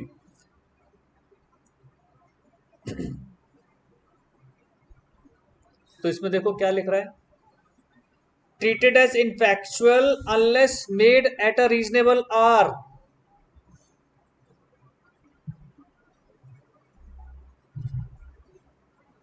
आप रात को 2 बजे फोन करके मेरे दुकान पे कह रहे हो सामान भेज दो, अगर मेरे ऑफिस टाइमिंग ही 9 से 7 वाले हैं तो क्या फायदा। अब आप कोर्ट में बता रहे हो सर मैंने तो 2 बजे इनको फोन किया था, उन्होंने फोन नहीं उठाया। कह रहा ना रात को 2 बजे फोन किया था, इन्होंने फोन नहीं उठाया, तो क्या करेंगे। तो वो भी तो एक रीजनेबल आवर होना चाहिए, time for tender of delivery. या तो आप पहले से मुझे बता कर जाओ टाइम, लेकिन वो भी रीजनेबल आवर्स में। अगर कोई अनरीजनेबलनेस है तो उसके लिए फिर दोबारा से फिर से एक मेंशन होगा, जिसे स्पेसिफिकली ट्रांजैक्शन कहते हैं कि स्पेसिफिकली मेंशन। ये बात चल रही है जहां पर कोई स्पेसिफिकेशंस की बात नहीं हो रही कि नॉर्मल की बात हो रही है, समझ रहे बात को। ये नॉर्मल डीलिंग की बात हो रही है, कोई स्पेसिफिक डीलिंग की बात नहीं हो रही है। हाँ इसमें और time of delivery according to contract, ये थोड़ा सा अलग हो गया यहाँ पर। वहां पर तो आपका हो गया कि वो कॉन्ट्रैक्ट में मेंशन है, यहाँ पर एक तरीके से आप इन्फॉर्म करेंगे अब मुझे। उसमें कॉन्ट्रैक्ट के अंदर मेंशन था, ये ओपन वाला चल रहा है, अब आपके ऊपर छोड़ा हुआ है कि आप फोन करके बता रहे हो या आप इन्फॉर्म कर रहे हो। टेंडरिंग आ रही है ना, टेंडर कर रहे हैं आप मुझे, ये कब बताओगे। कॉन्ट्रैक्ट के बाद में डिसाइड करते हैं। ये भी कह सकते हैं, बिल्कुल। कई बार होता है कि एग्रीमेंट बन गया, आपने मुझसे ये कहा कि मैं अभी घर चले जाता हूँ, मैं पहले अपनी कन्वीनियंस देख लूँ कि मैं घर पर कब हूँ, तब भेज देना, मैं फोन कर दूंगा, इस तरीके का। तो अब मैं आपकी कन्वीनियंस के हिसाब से मैंने कहा कि ठीक है आप बता देना। अब आप फोन कर रहे हो जब आपकी कन्वीनियंस हुई रात को 2 बजे की, तो वो मेरी कन्वीनियंस नहीं है, बिजनेस की कन्वीनियंस नहीं है, तो वो उसको एक्ट वो नहीं माना जाएगा।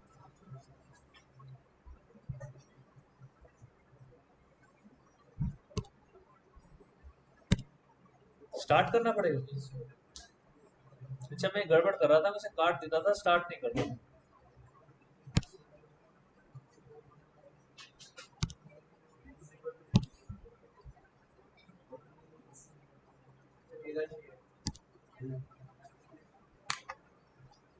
ठीक है जी, आ जाओ नेक्स्ट लिखो, एक्सपेंसेस फॉर डिलीवरी।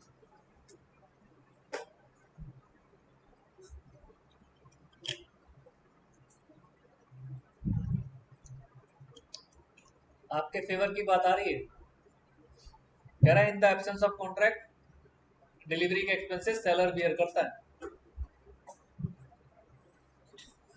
इसीलिए लोगों ने क्या करना शुरू किया, अपनी बिल बुक में छपवाना शुरू कर दिया, है ना। Delivery charges will be paid by the buyer. जहां जहां क्योंकि ये केस अटकते हैं ना, अब जिसने नहीं पढ़ा वो जानता ही नहीं होगा, और उसने भेज दिया सामान ये सोचकर कि बायर दे देगा किराया। वो कह रहा नहीं भैया, अगर स्पेशली मेंशन नहीं है तो कौन बियर करेगा, seller.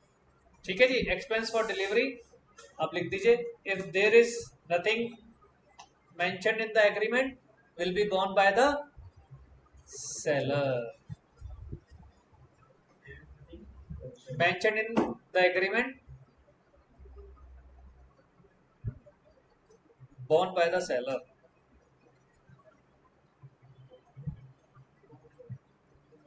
BORNE borne by the seller।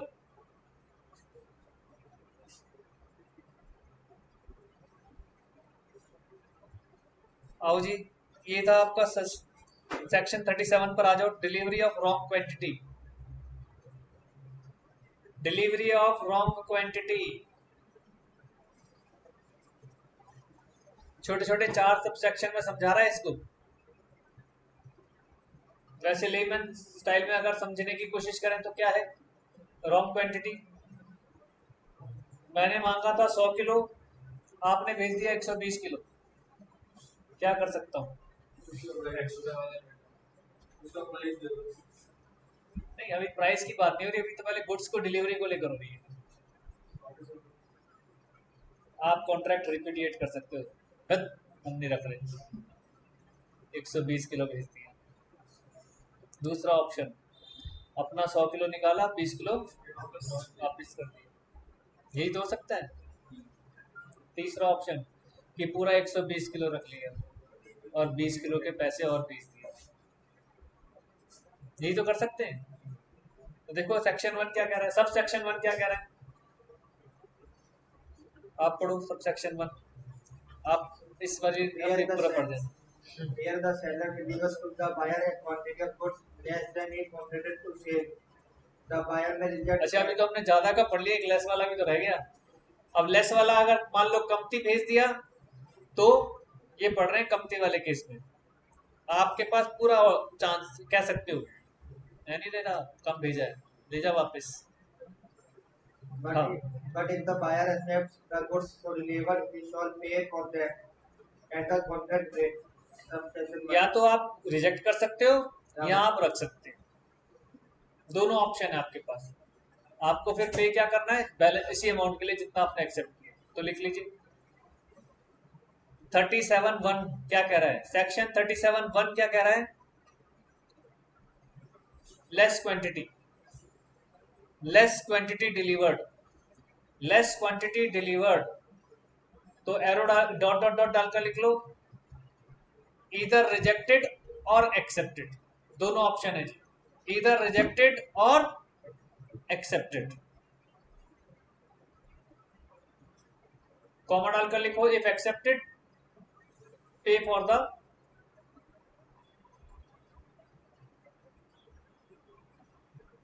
Delivered goods only, pay for the delivered goods only.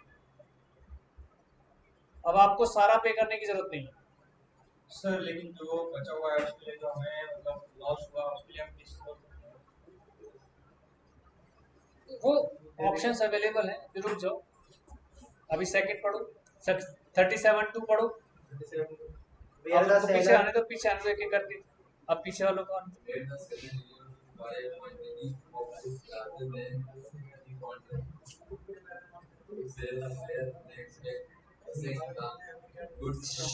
क्या हो गया? नहीं लड़ नहीं रहे, आर्ग्यूमेंट कर रहे हैं। नहीं, अच्छी बात है, लॉ तो चीज ही ऐसी है। देखो हमेशा याद रखना, हम सबको बताते हैं लॉ में गलत सही दोनों चीजें चलती हैं। एक वकील सही के लिए लड़ रहा होता है और एक वकील गलत के लिए लड़ रहा होता है, यही तो होता है। और खड़े हमेशा दो तरफ वकील होते हैं, एक वकील कह रहा है ये गलत है, दूसरा कह रहा है ये सही है, तो इसका मतलब दोनों में से कोई तो गलत है कि नहीं? मैं खुद कर रहा हूँ अपने उसको प्रोफेशन को क्रिटिसाइज, एक सही है तो एक गलत है, लेकिन क्या करें, प्रोफेशन ही ऐसा बनाए। प्रोफेशन सिर्फ किस चीज के लिए बनाए कि केस लड़ना है अपने क्लाइंट के लिए, केस लड़ना है अपने क्लाइंट के लिए। जो क्लाइंट गलत है हम उसको ये साबित करने के लिए लड़े रहे हैं कि ये गलत नहीं है। और जो सही है वो उसको ये साबित करने के लिए लड़ रहा है कि ये सही है। गलत वाला गलत नहीं है, सही वाला सही है, दोनों इसलिए लड़ रहे हैं बस। कौन जीतेगा? ये पेपर वर्क, ये जितना रिटर्न वर्क होता है ये बचाता है। ये आपको इसलिए पढ़ाया जा रहा है। हाँ बेटा, अब हम पढ़ रहे हैं हायर क्वांटिटी भेज दी। पढ़ो पढ़ो।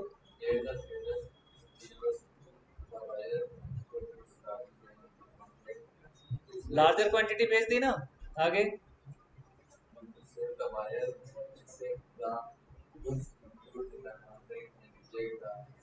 नेक्स्ट।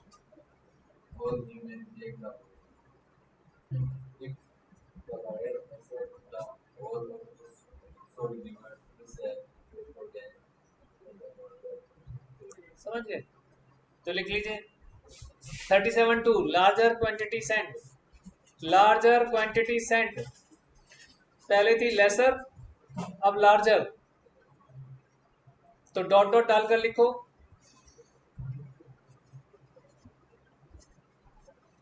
में reject the whole or may reject the extra one and accept the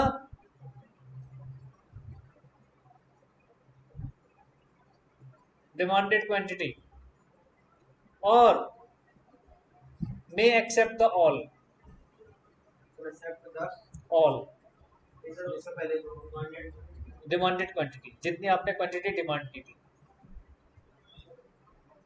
ठीक है जी। और मे एक्सेप्ट द होल, होल कह लो या ऑल कह लो, एक ही बात है।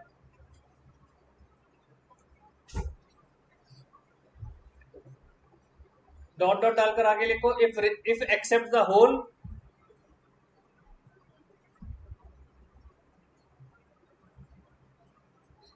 हैज टू पे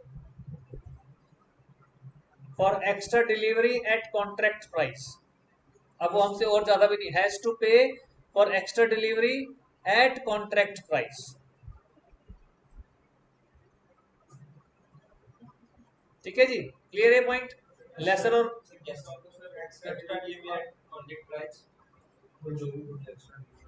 पहले आप बताओ क्या पूछ रहे हो, कुछ क्या रहे हो बताओ।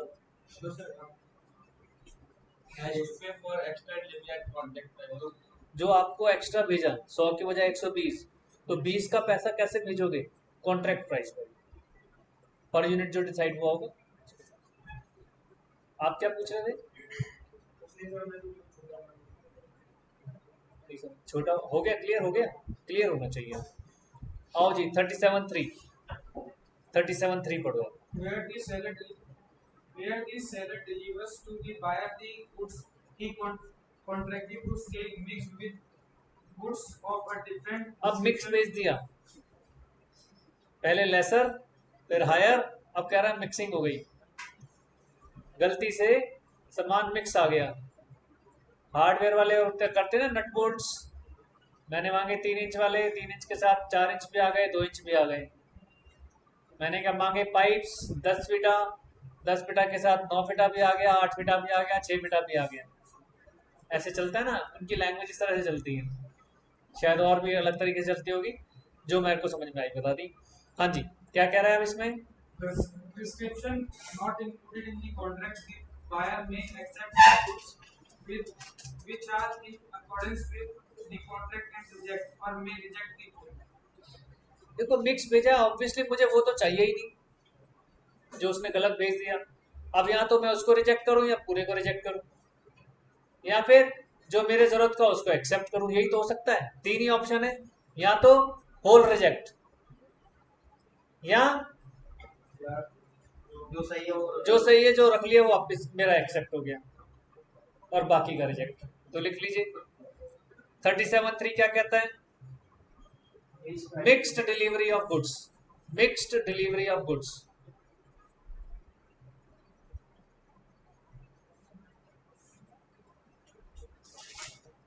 Accept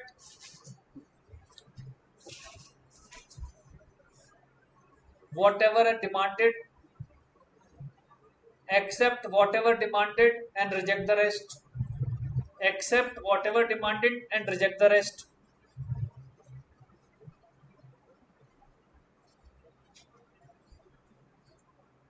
Or reject the whole. और reject the whole. ये हो गया 37(3). 37(4) पढ़ जाओ. The provisions of this section are subject to any uses of trade, special agreement of course of dealing between the parties. क्या है इसका मतलब?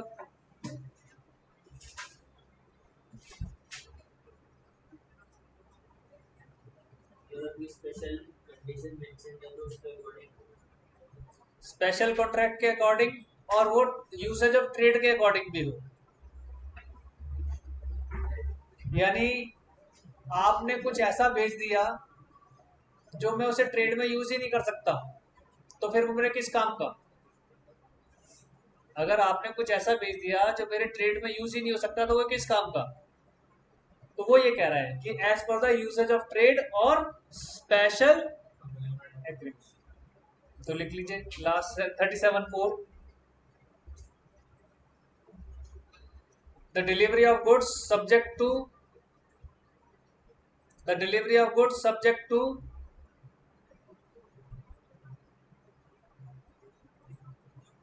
Usage of trade. बस इतना ही लिख लो, खत्म कहानी. Subject to usage of trade.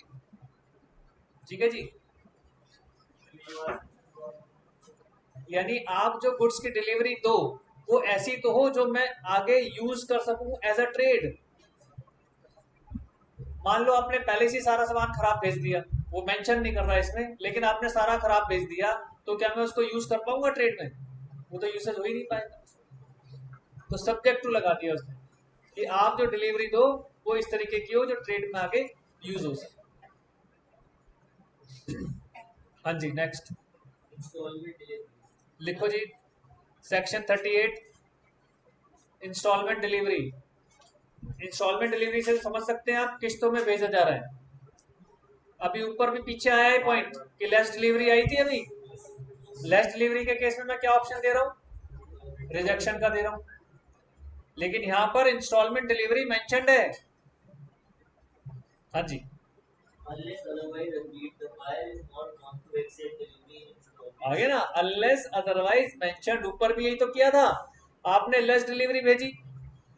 मान लो हमने किसी मैन्युफैक्चरर को दिया 100 शर्ट भेज दो भाई, उसने अभी 60 शर्ट भेज दी, तो आपके हाथ में है, आप चाहो तो रिजेक्ट कर दो चाहे एक्सेप्ट कर दो. लेकिन इंस्टॉलमेंट डिलीवरी में क्या कह रहा है? Unless otherwise expressed. पहले से मेंशन नहीं है तब की बात बता रहा है. The rights and liabilities in cases of delivery by installments and payments thereon may be determined by the parties of ये कौन डिसाइड करेगा? Party of the company. ठीक है, ये पॉइंट क्लियर है. लिख लो इस पे एक छोटा सा note. Unless otherwise agreed. Unless otherwise agreed underline कर लेना है, जरूरी लिखना है.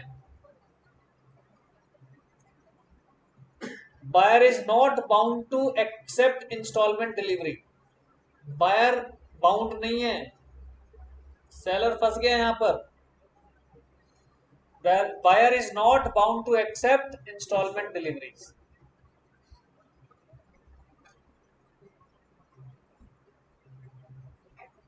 ठीक है जी, इसमें इतना काफी है. डिलीवरी टू कैरियर 39(1) सेक्शन 39 पर आ रहा है. Delivery to carrier. कौन होता है कैरियर? ट्रांसपोर्ट वाले, रेलवेज, ट्रक, शिप, रिक्शे वाला, ये सब कौन है? कैरियर है. हाँ जी, आप पढ़ो. Subject to the terms of contract, the delivery of goods to the carrier for transmission to the buyer is prima facie deemed to be delivery to the buyer. देखो मैंने फिर बताया, फिर से प्राइमा फेसिया यूज कर रहा है. Prima fascia क्या है कि फर्स्ट लुक में जो लगे. हम यहाँ से धड़ाधड़ अपनी दुकान में से सामान लोड कर रहे हैं, रिक्शे वाले को रोक कर ये रख दे, अब जा. क्या माना जा रहा है? प्राइमा फेसिया क्या दिख रहा है? कि सामान किसके पास जा रहा है, बायर के पास। डिलीवरी तो हो रही है। प्राइमा फेसिया क्या कर रहा है, प्राइमा फेसिया क्या माना जाएगा उसे, deemed to be delivered to the buyer. लिख दीजिए भाई, delivery to carrier deemed to be delivered to the buyer, delivered to the carrier deemed to be delivered to the buyer. Prima facie याद रह जाए तो लिख देना।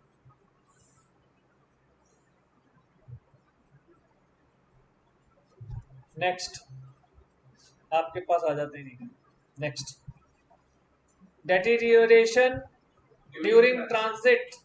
डेटीरियोरेशन क्या होता है, खराब हो जाना। किसके अंदर, क्वालिटी के अंदर। हमारे प्रोडक्ट की क्वालिटी खराब हो रही है। Where goods are delivered at a distant place, the liability for deterioration necessarily incidental to the course of transit will fall on the buyer, though the seller agrees to deliver at his own risk. पहली look में तो किसके ऊपर चला जाएगा, ये buyer के पास, लेकिन सेलर चाहे तो अपने ऊपर रिस्क ले सकता है।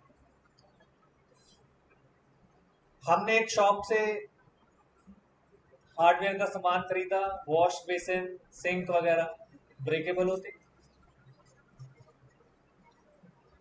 उनका एक ही सिद्धांत है, हमारी शॉप से बाहर जैसे ही सामान निकला, जिम्मेदारी किसकी, बायर की। उनका एक सिंपल सिद्धांत है बेटा। वो कहते हैं ये ब्रेकेबल आइटम है, आपसे गलती से स्लिप ऑफ, हल्का सा स्लिप हुआ तो उसमें तो स्क्रैच पड़ जाएगा, और आपका क्या कहोगे हमें कि हमारा माल खराब आपने दे दी। कहते नहीं, आप सब कुछ यहीं टटोल लो, ठक ठक आकर करा के देख लो कि आपको जिससे लगे कि टूटा है नहीं टूटा है, आपको यही देखना है। वो मैन्युफैक्चरिंग डिफेक्ट की जिम्मेदारी नहीं लेते, वो मैन्युफैक्चरिंग डिफेक्ट की भी जिम्मेदारी नहीं लेते। हाँ, कुछ हैं प्रोडक्ट्स, हिंदवेयर वगैरह के कुछ प्रोडक्ट्स हैं जिसमें शायद वो ले लेते हैं, बट वो कितने कॉस्टली है, वो पहले से ही जो आप प्रोडक्ट ले रहे हैं उसका 3 गुना प्राइस का है।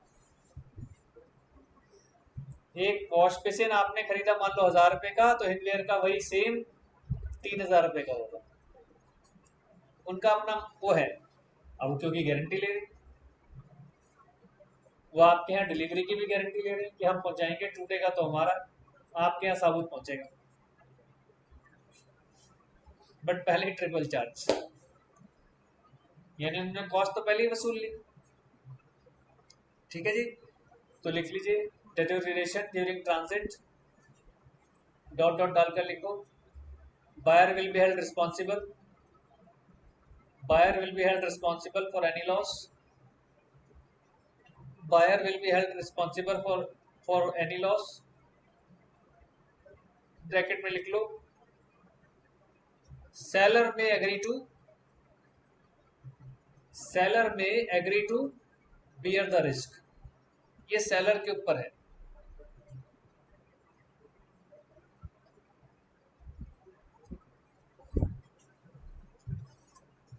Last point,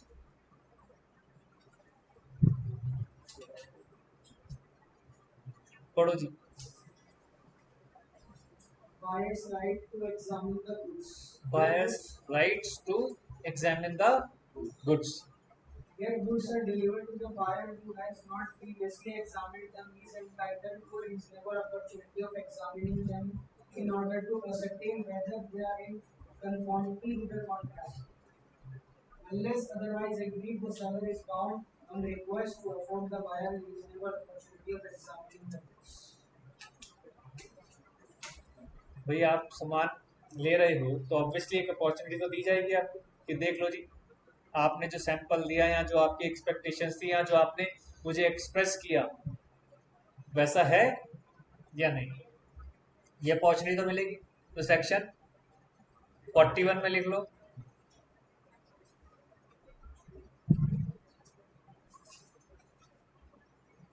opportunity will be given to the buyer, opportunity will be given to the buyer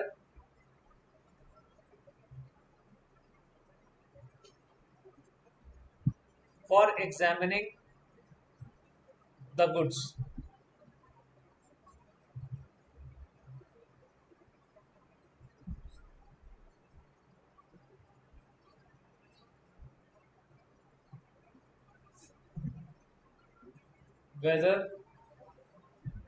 Whether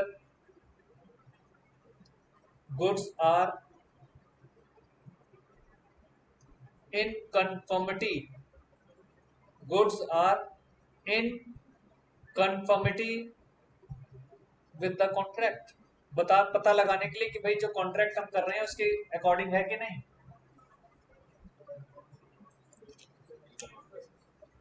With the contract.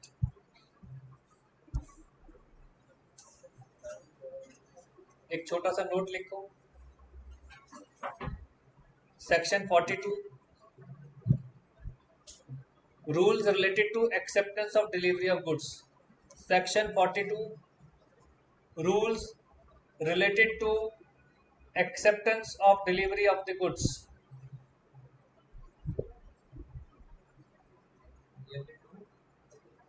Delivery of acceptance of delivery of the goods. Rules related to acceptance of delivery of the goods.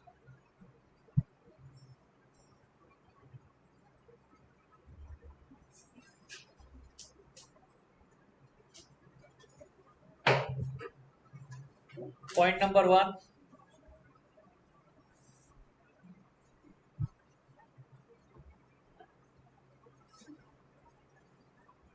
Buyer is deemed to have accepted. Point number 1 लिखना है. Buyer has deemed to have accepted. Buyer is deemed to have accepted when he intimates to the seller. When he intimates to the seller about his acceptance. To the seller about his acceptance. ये है point number 1.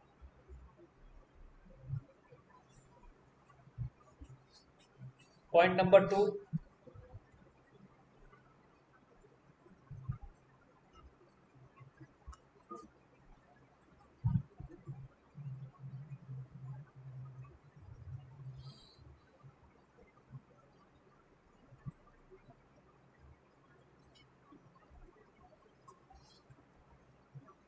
Point number 2 में लिखना है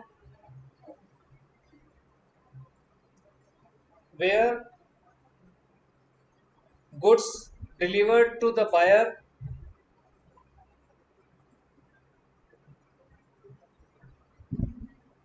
and he does not act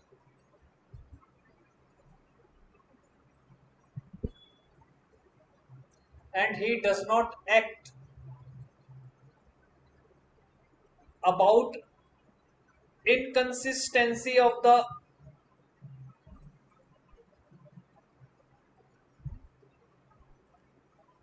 goods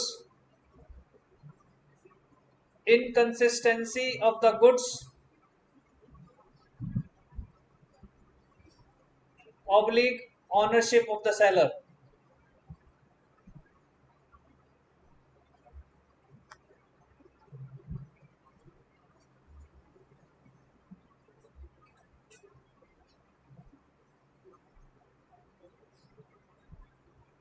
अब buyer के पास सामान पहुंच गया, अब वो साइलेंट रह गया इनकंसिस्टेंसी को लेकर, तो इसमें डॉट डॉट डालकर लिखो after lapse of a reasonable time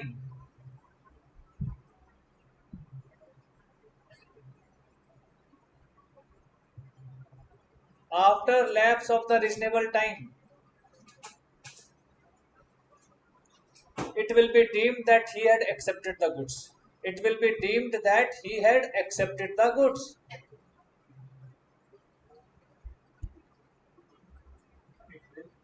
Accepted the goods.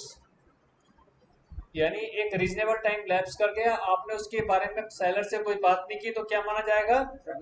आपने एक्सेप्ट कर ली. लिखो next section 43. Buyer not bound to return rejected goods.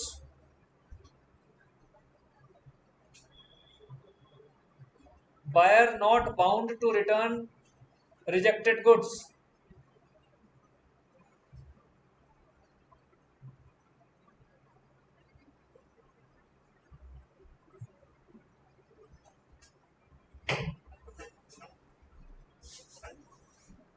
अब बताओ कितना इंपॉर्टेंट पॉइंट है।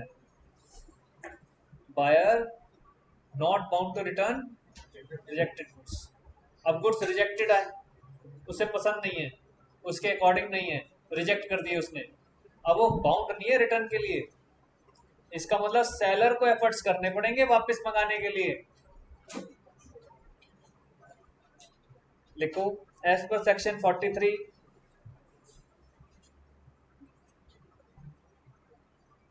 as per section 43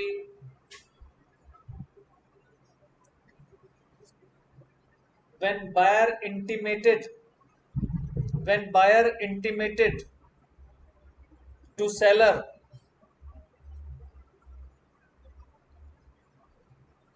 about his rejection of accepting the goods, about his rejection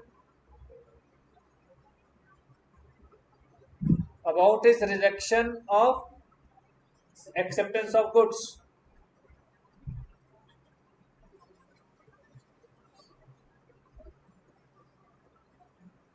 he will not be held bound to return the goods. He will not be bound to return the goods to the seller. अब ये उसकी जिम्मेदारी नहीं है। आपने मेरे को सामान भेजा, मेरे पास स्टॉक उतर गया, मैंने आपको इंटीमेट किया कि भैया जो आपने भेजा है, मैंने मांगा था 34 नंबर, आपने भेज दिया 36 नंबर। अब मैं बाउंड नहीं हूं कि मैं वापस भेजूं आपको सामान, आप ले जाओ, मैं बाउंड नहीं। सारी जिम्मेदारी सेलर की है क्योंकि आपने गलत सामान भेजा। जो जानकार होते हैं वो तुरंत मंगवा लेते सामान, अच्छा जी मैं दूसरा भेज रहा हूँ। जो जानकार होते हैं, जो पिज्जा डिलीवर्ड होता है आपको रॉन्ग, आपने देखा होगा, वो भी नहीं मंगवाते। वो क्या कहते हैं कि सर आप क्या करना चाहेंगे, आप सामान वापस करना चाहेंगे या आप इसको यूज कर लीजिए, या आपको पैसे वापस चाहिए। आप पैसे वापस का ऑप्शन ले लो, आपको पैसे भी वापस मिलेंगे और वो सामान के बाद नोट आएगा कि sir please throw it in the dustbin. वो सामान लेने नहीं भेजता है, उसे पता है पिज्जा लेने भेजूंगा तो वैसे पिज्जा तो खराब हो गया, और एज पर आवर गाइडलाइन हम किसी और को इसको डिलीवरी दे नहीं सकते। समझ रहे हैं? तो कह रहे डस्टबिन खा लो आप। वो कहते हैं खा लो आप, हम आपके पैसे भी वापस कर रहे हैं, सामान भी नहीं मंगा रहे। तो बेसिकली इसलिए कि हमारी जिम्मेदारी नहीं है कि हम वापस करें। हमारी जिम्मेदारी होती तो पिज्जा हट वाले भी कहते वापस करके जाओ तभी पैसे वापस मिलेंगे, वो नहीं कहते। लिखो जी last point, section 44 liability of buyer for neglecting or refusing delivery of goods. Liability of buyer for neglecting or refusing delivery of goods.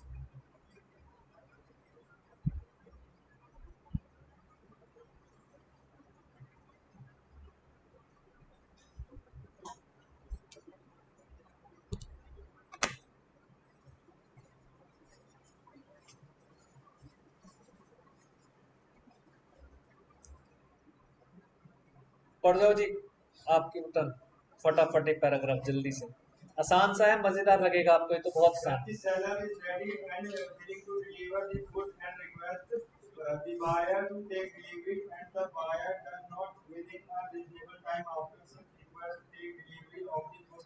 रुक जाओ, मैंने आपको फोन किया कि मैं आपके पास सामान भेज रहा हूं, आपने ना तो गुड्स का सामान भेजने के लिए मुझे कुछ कहा, ना ही आप रीजनेबल टाइम में मुझे इन्फॉर्म कर रहे हो। मैंने आपको बता दिया योर गुड्स आर रेडी। आगे He is liable to the seller for any loss occurred बोल दो by his neglect. by his neglect or refusal to इसका मतलब सेलर को जो भी नुकसान होगा वो कौन भरेगा? बायर। तो ये कौन सा लॉस हुआ? डैमेज। आगे refusal to take delivery and also for a reasonable charge for the care of and custody of the ये देखो ये नया पॉइंट आ गया। एक तो मैं डैमेज मांगूंगा, और क्योंकि आप अपने सामान की डिलीवरी नहीं ले रहे हो तो आपके सामान की केयर करने में जो मेरे को खर्चा हो रहा है, मेरा वेयर हाउस का चार्ज, मेरा स्टाफ, वो भी मैं आपसे ले लूंगा। आगे provided further that nothing in this section shall alter the rights of the seller where the neglect or refusal of the buyer to take delivery amounts to a repudiation of the contract. और repetition तो बनता ही बनता है, तो लिख लीजिए इसके आगे point number 1। Point number 1, seller में रिपीडिएट द कॉन्ट्रैक्ट। पहली बात तो यही होगी कि सेलर क्या कर सकता है, कॉन्ट्रैक्ट को रिपीडिएट कर सकता है। Point number 2,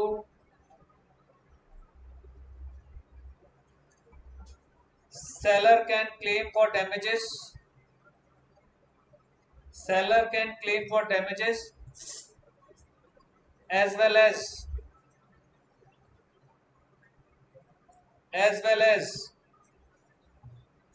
charges for care and custody of the goods. Care and custody of the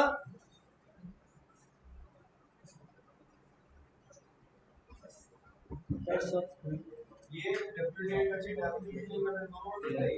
हाँ दोनों कर सकता है। हाँ बिल्कुल दोनों भी कर सकते हैं। सर लेकिन अगर उसने कॉन्ट्रैक्ट रेपुडिएट कर दिया तो फिर कैसे डैमेज? देखो रिपीडिएट क्यों कर रहा है, क्योंकि डिलीवरी आप नहीं ले रहे, लेकिन मेरा तो नुकसान हो रहा है। मैंने सामान मान लो आप ही के लिए बनाया तो ये चीज दोनों क्लेम कर सकते हैं। रिपीडिएट तो मैंने कर ही दिया। डैमेजेस के लिए क्लेम कर सकता है लेकिन वो चार्जेस नहीं कर सकता ये कस्टडी। हाँ फिर कस्टडी नहीं आएगी।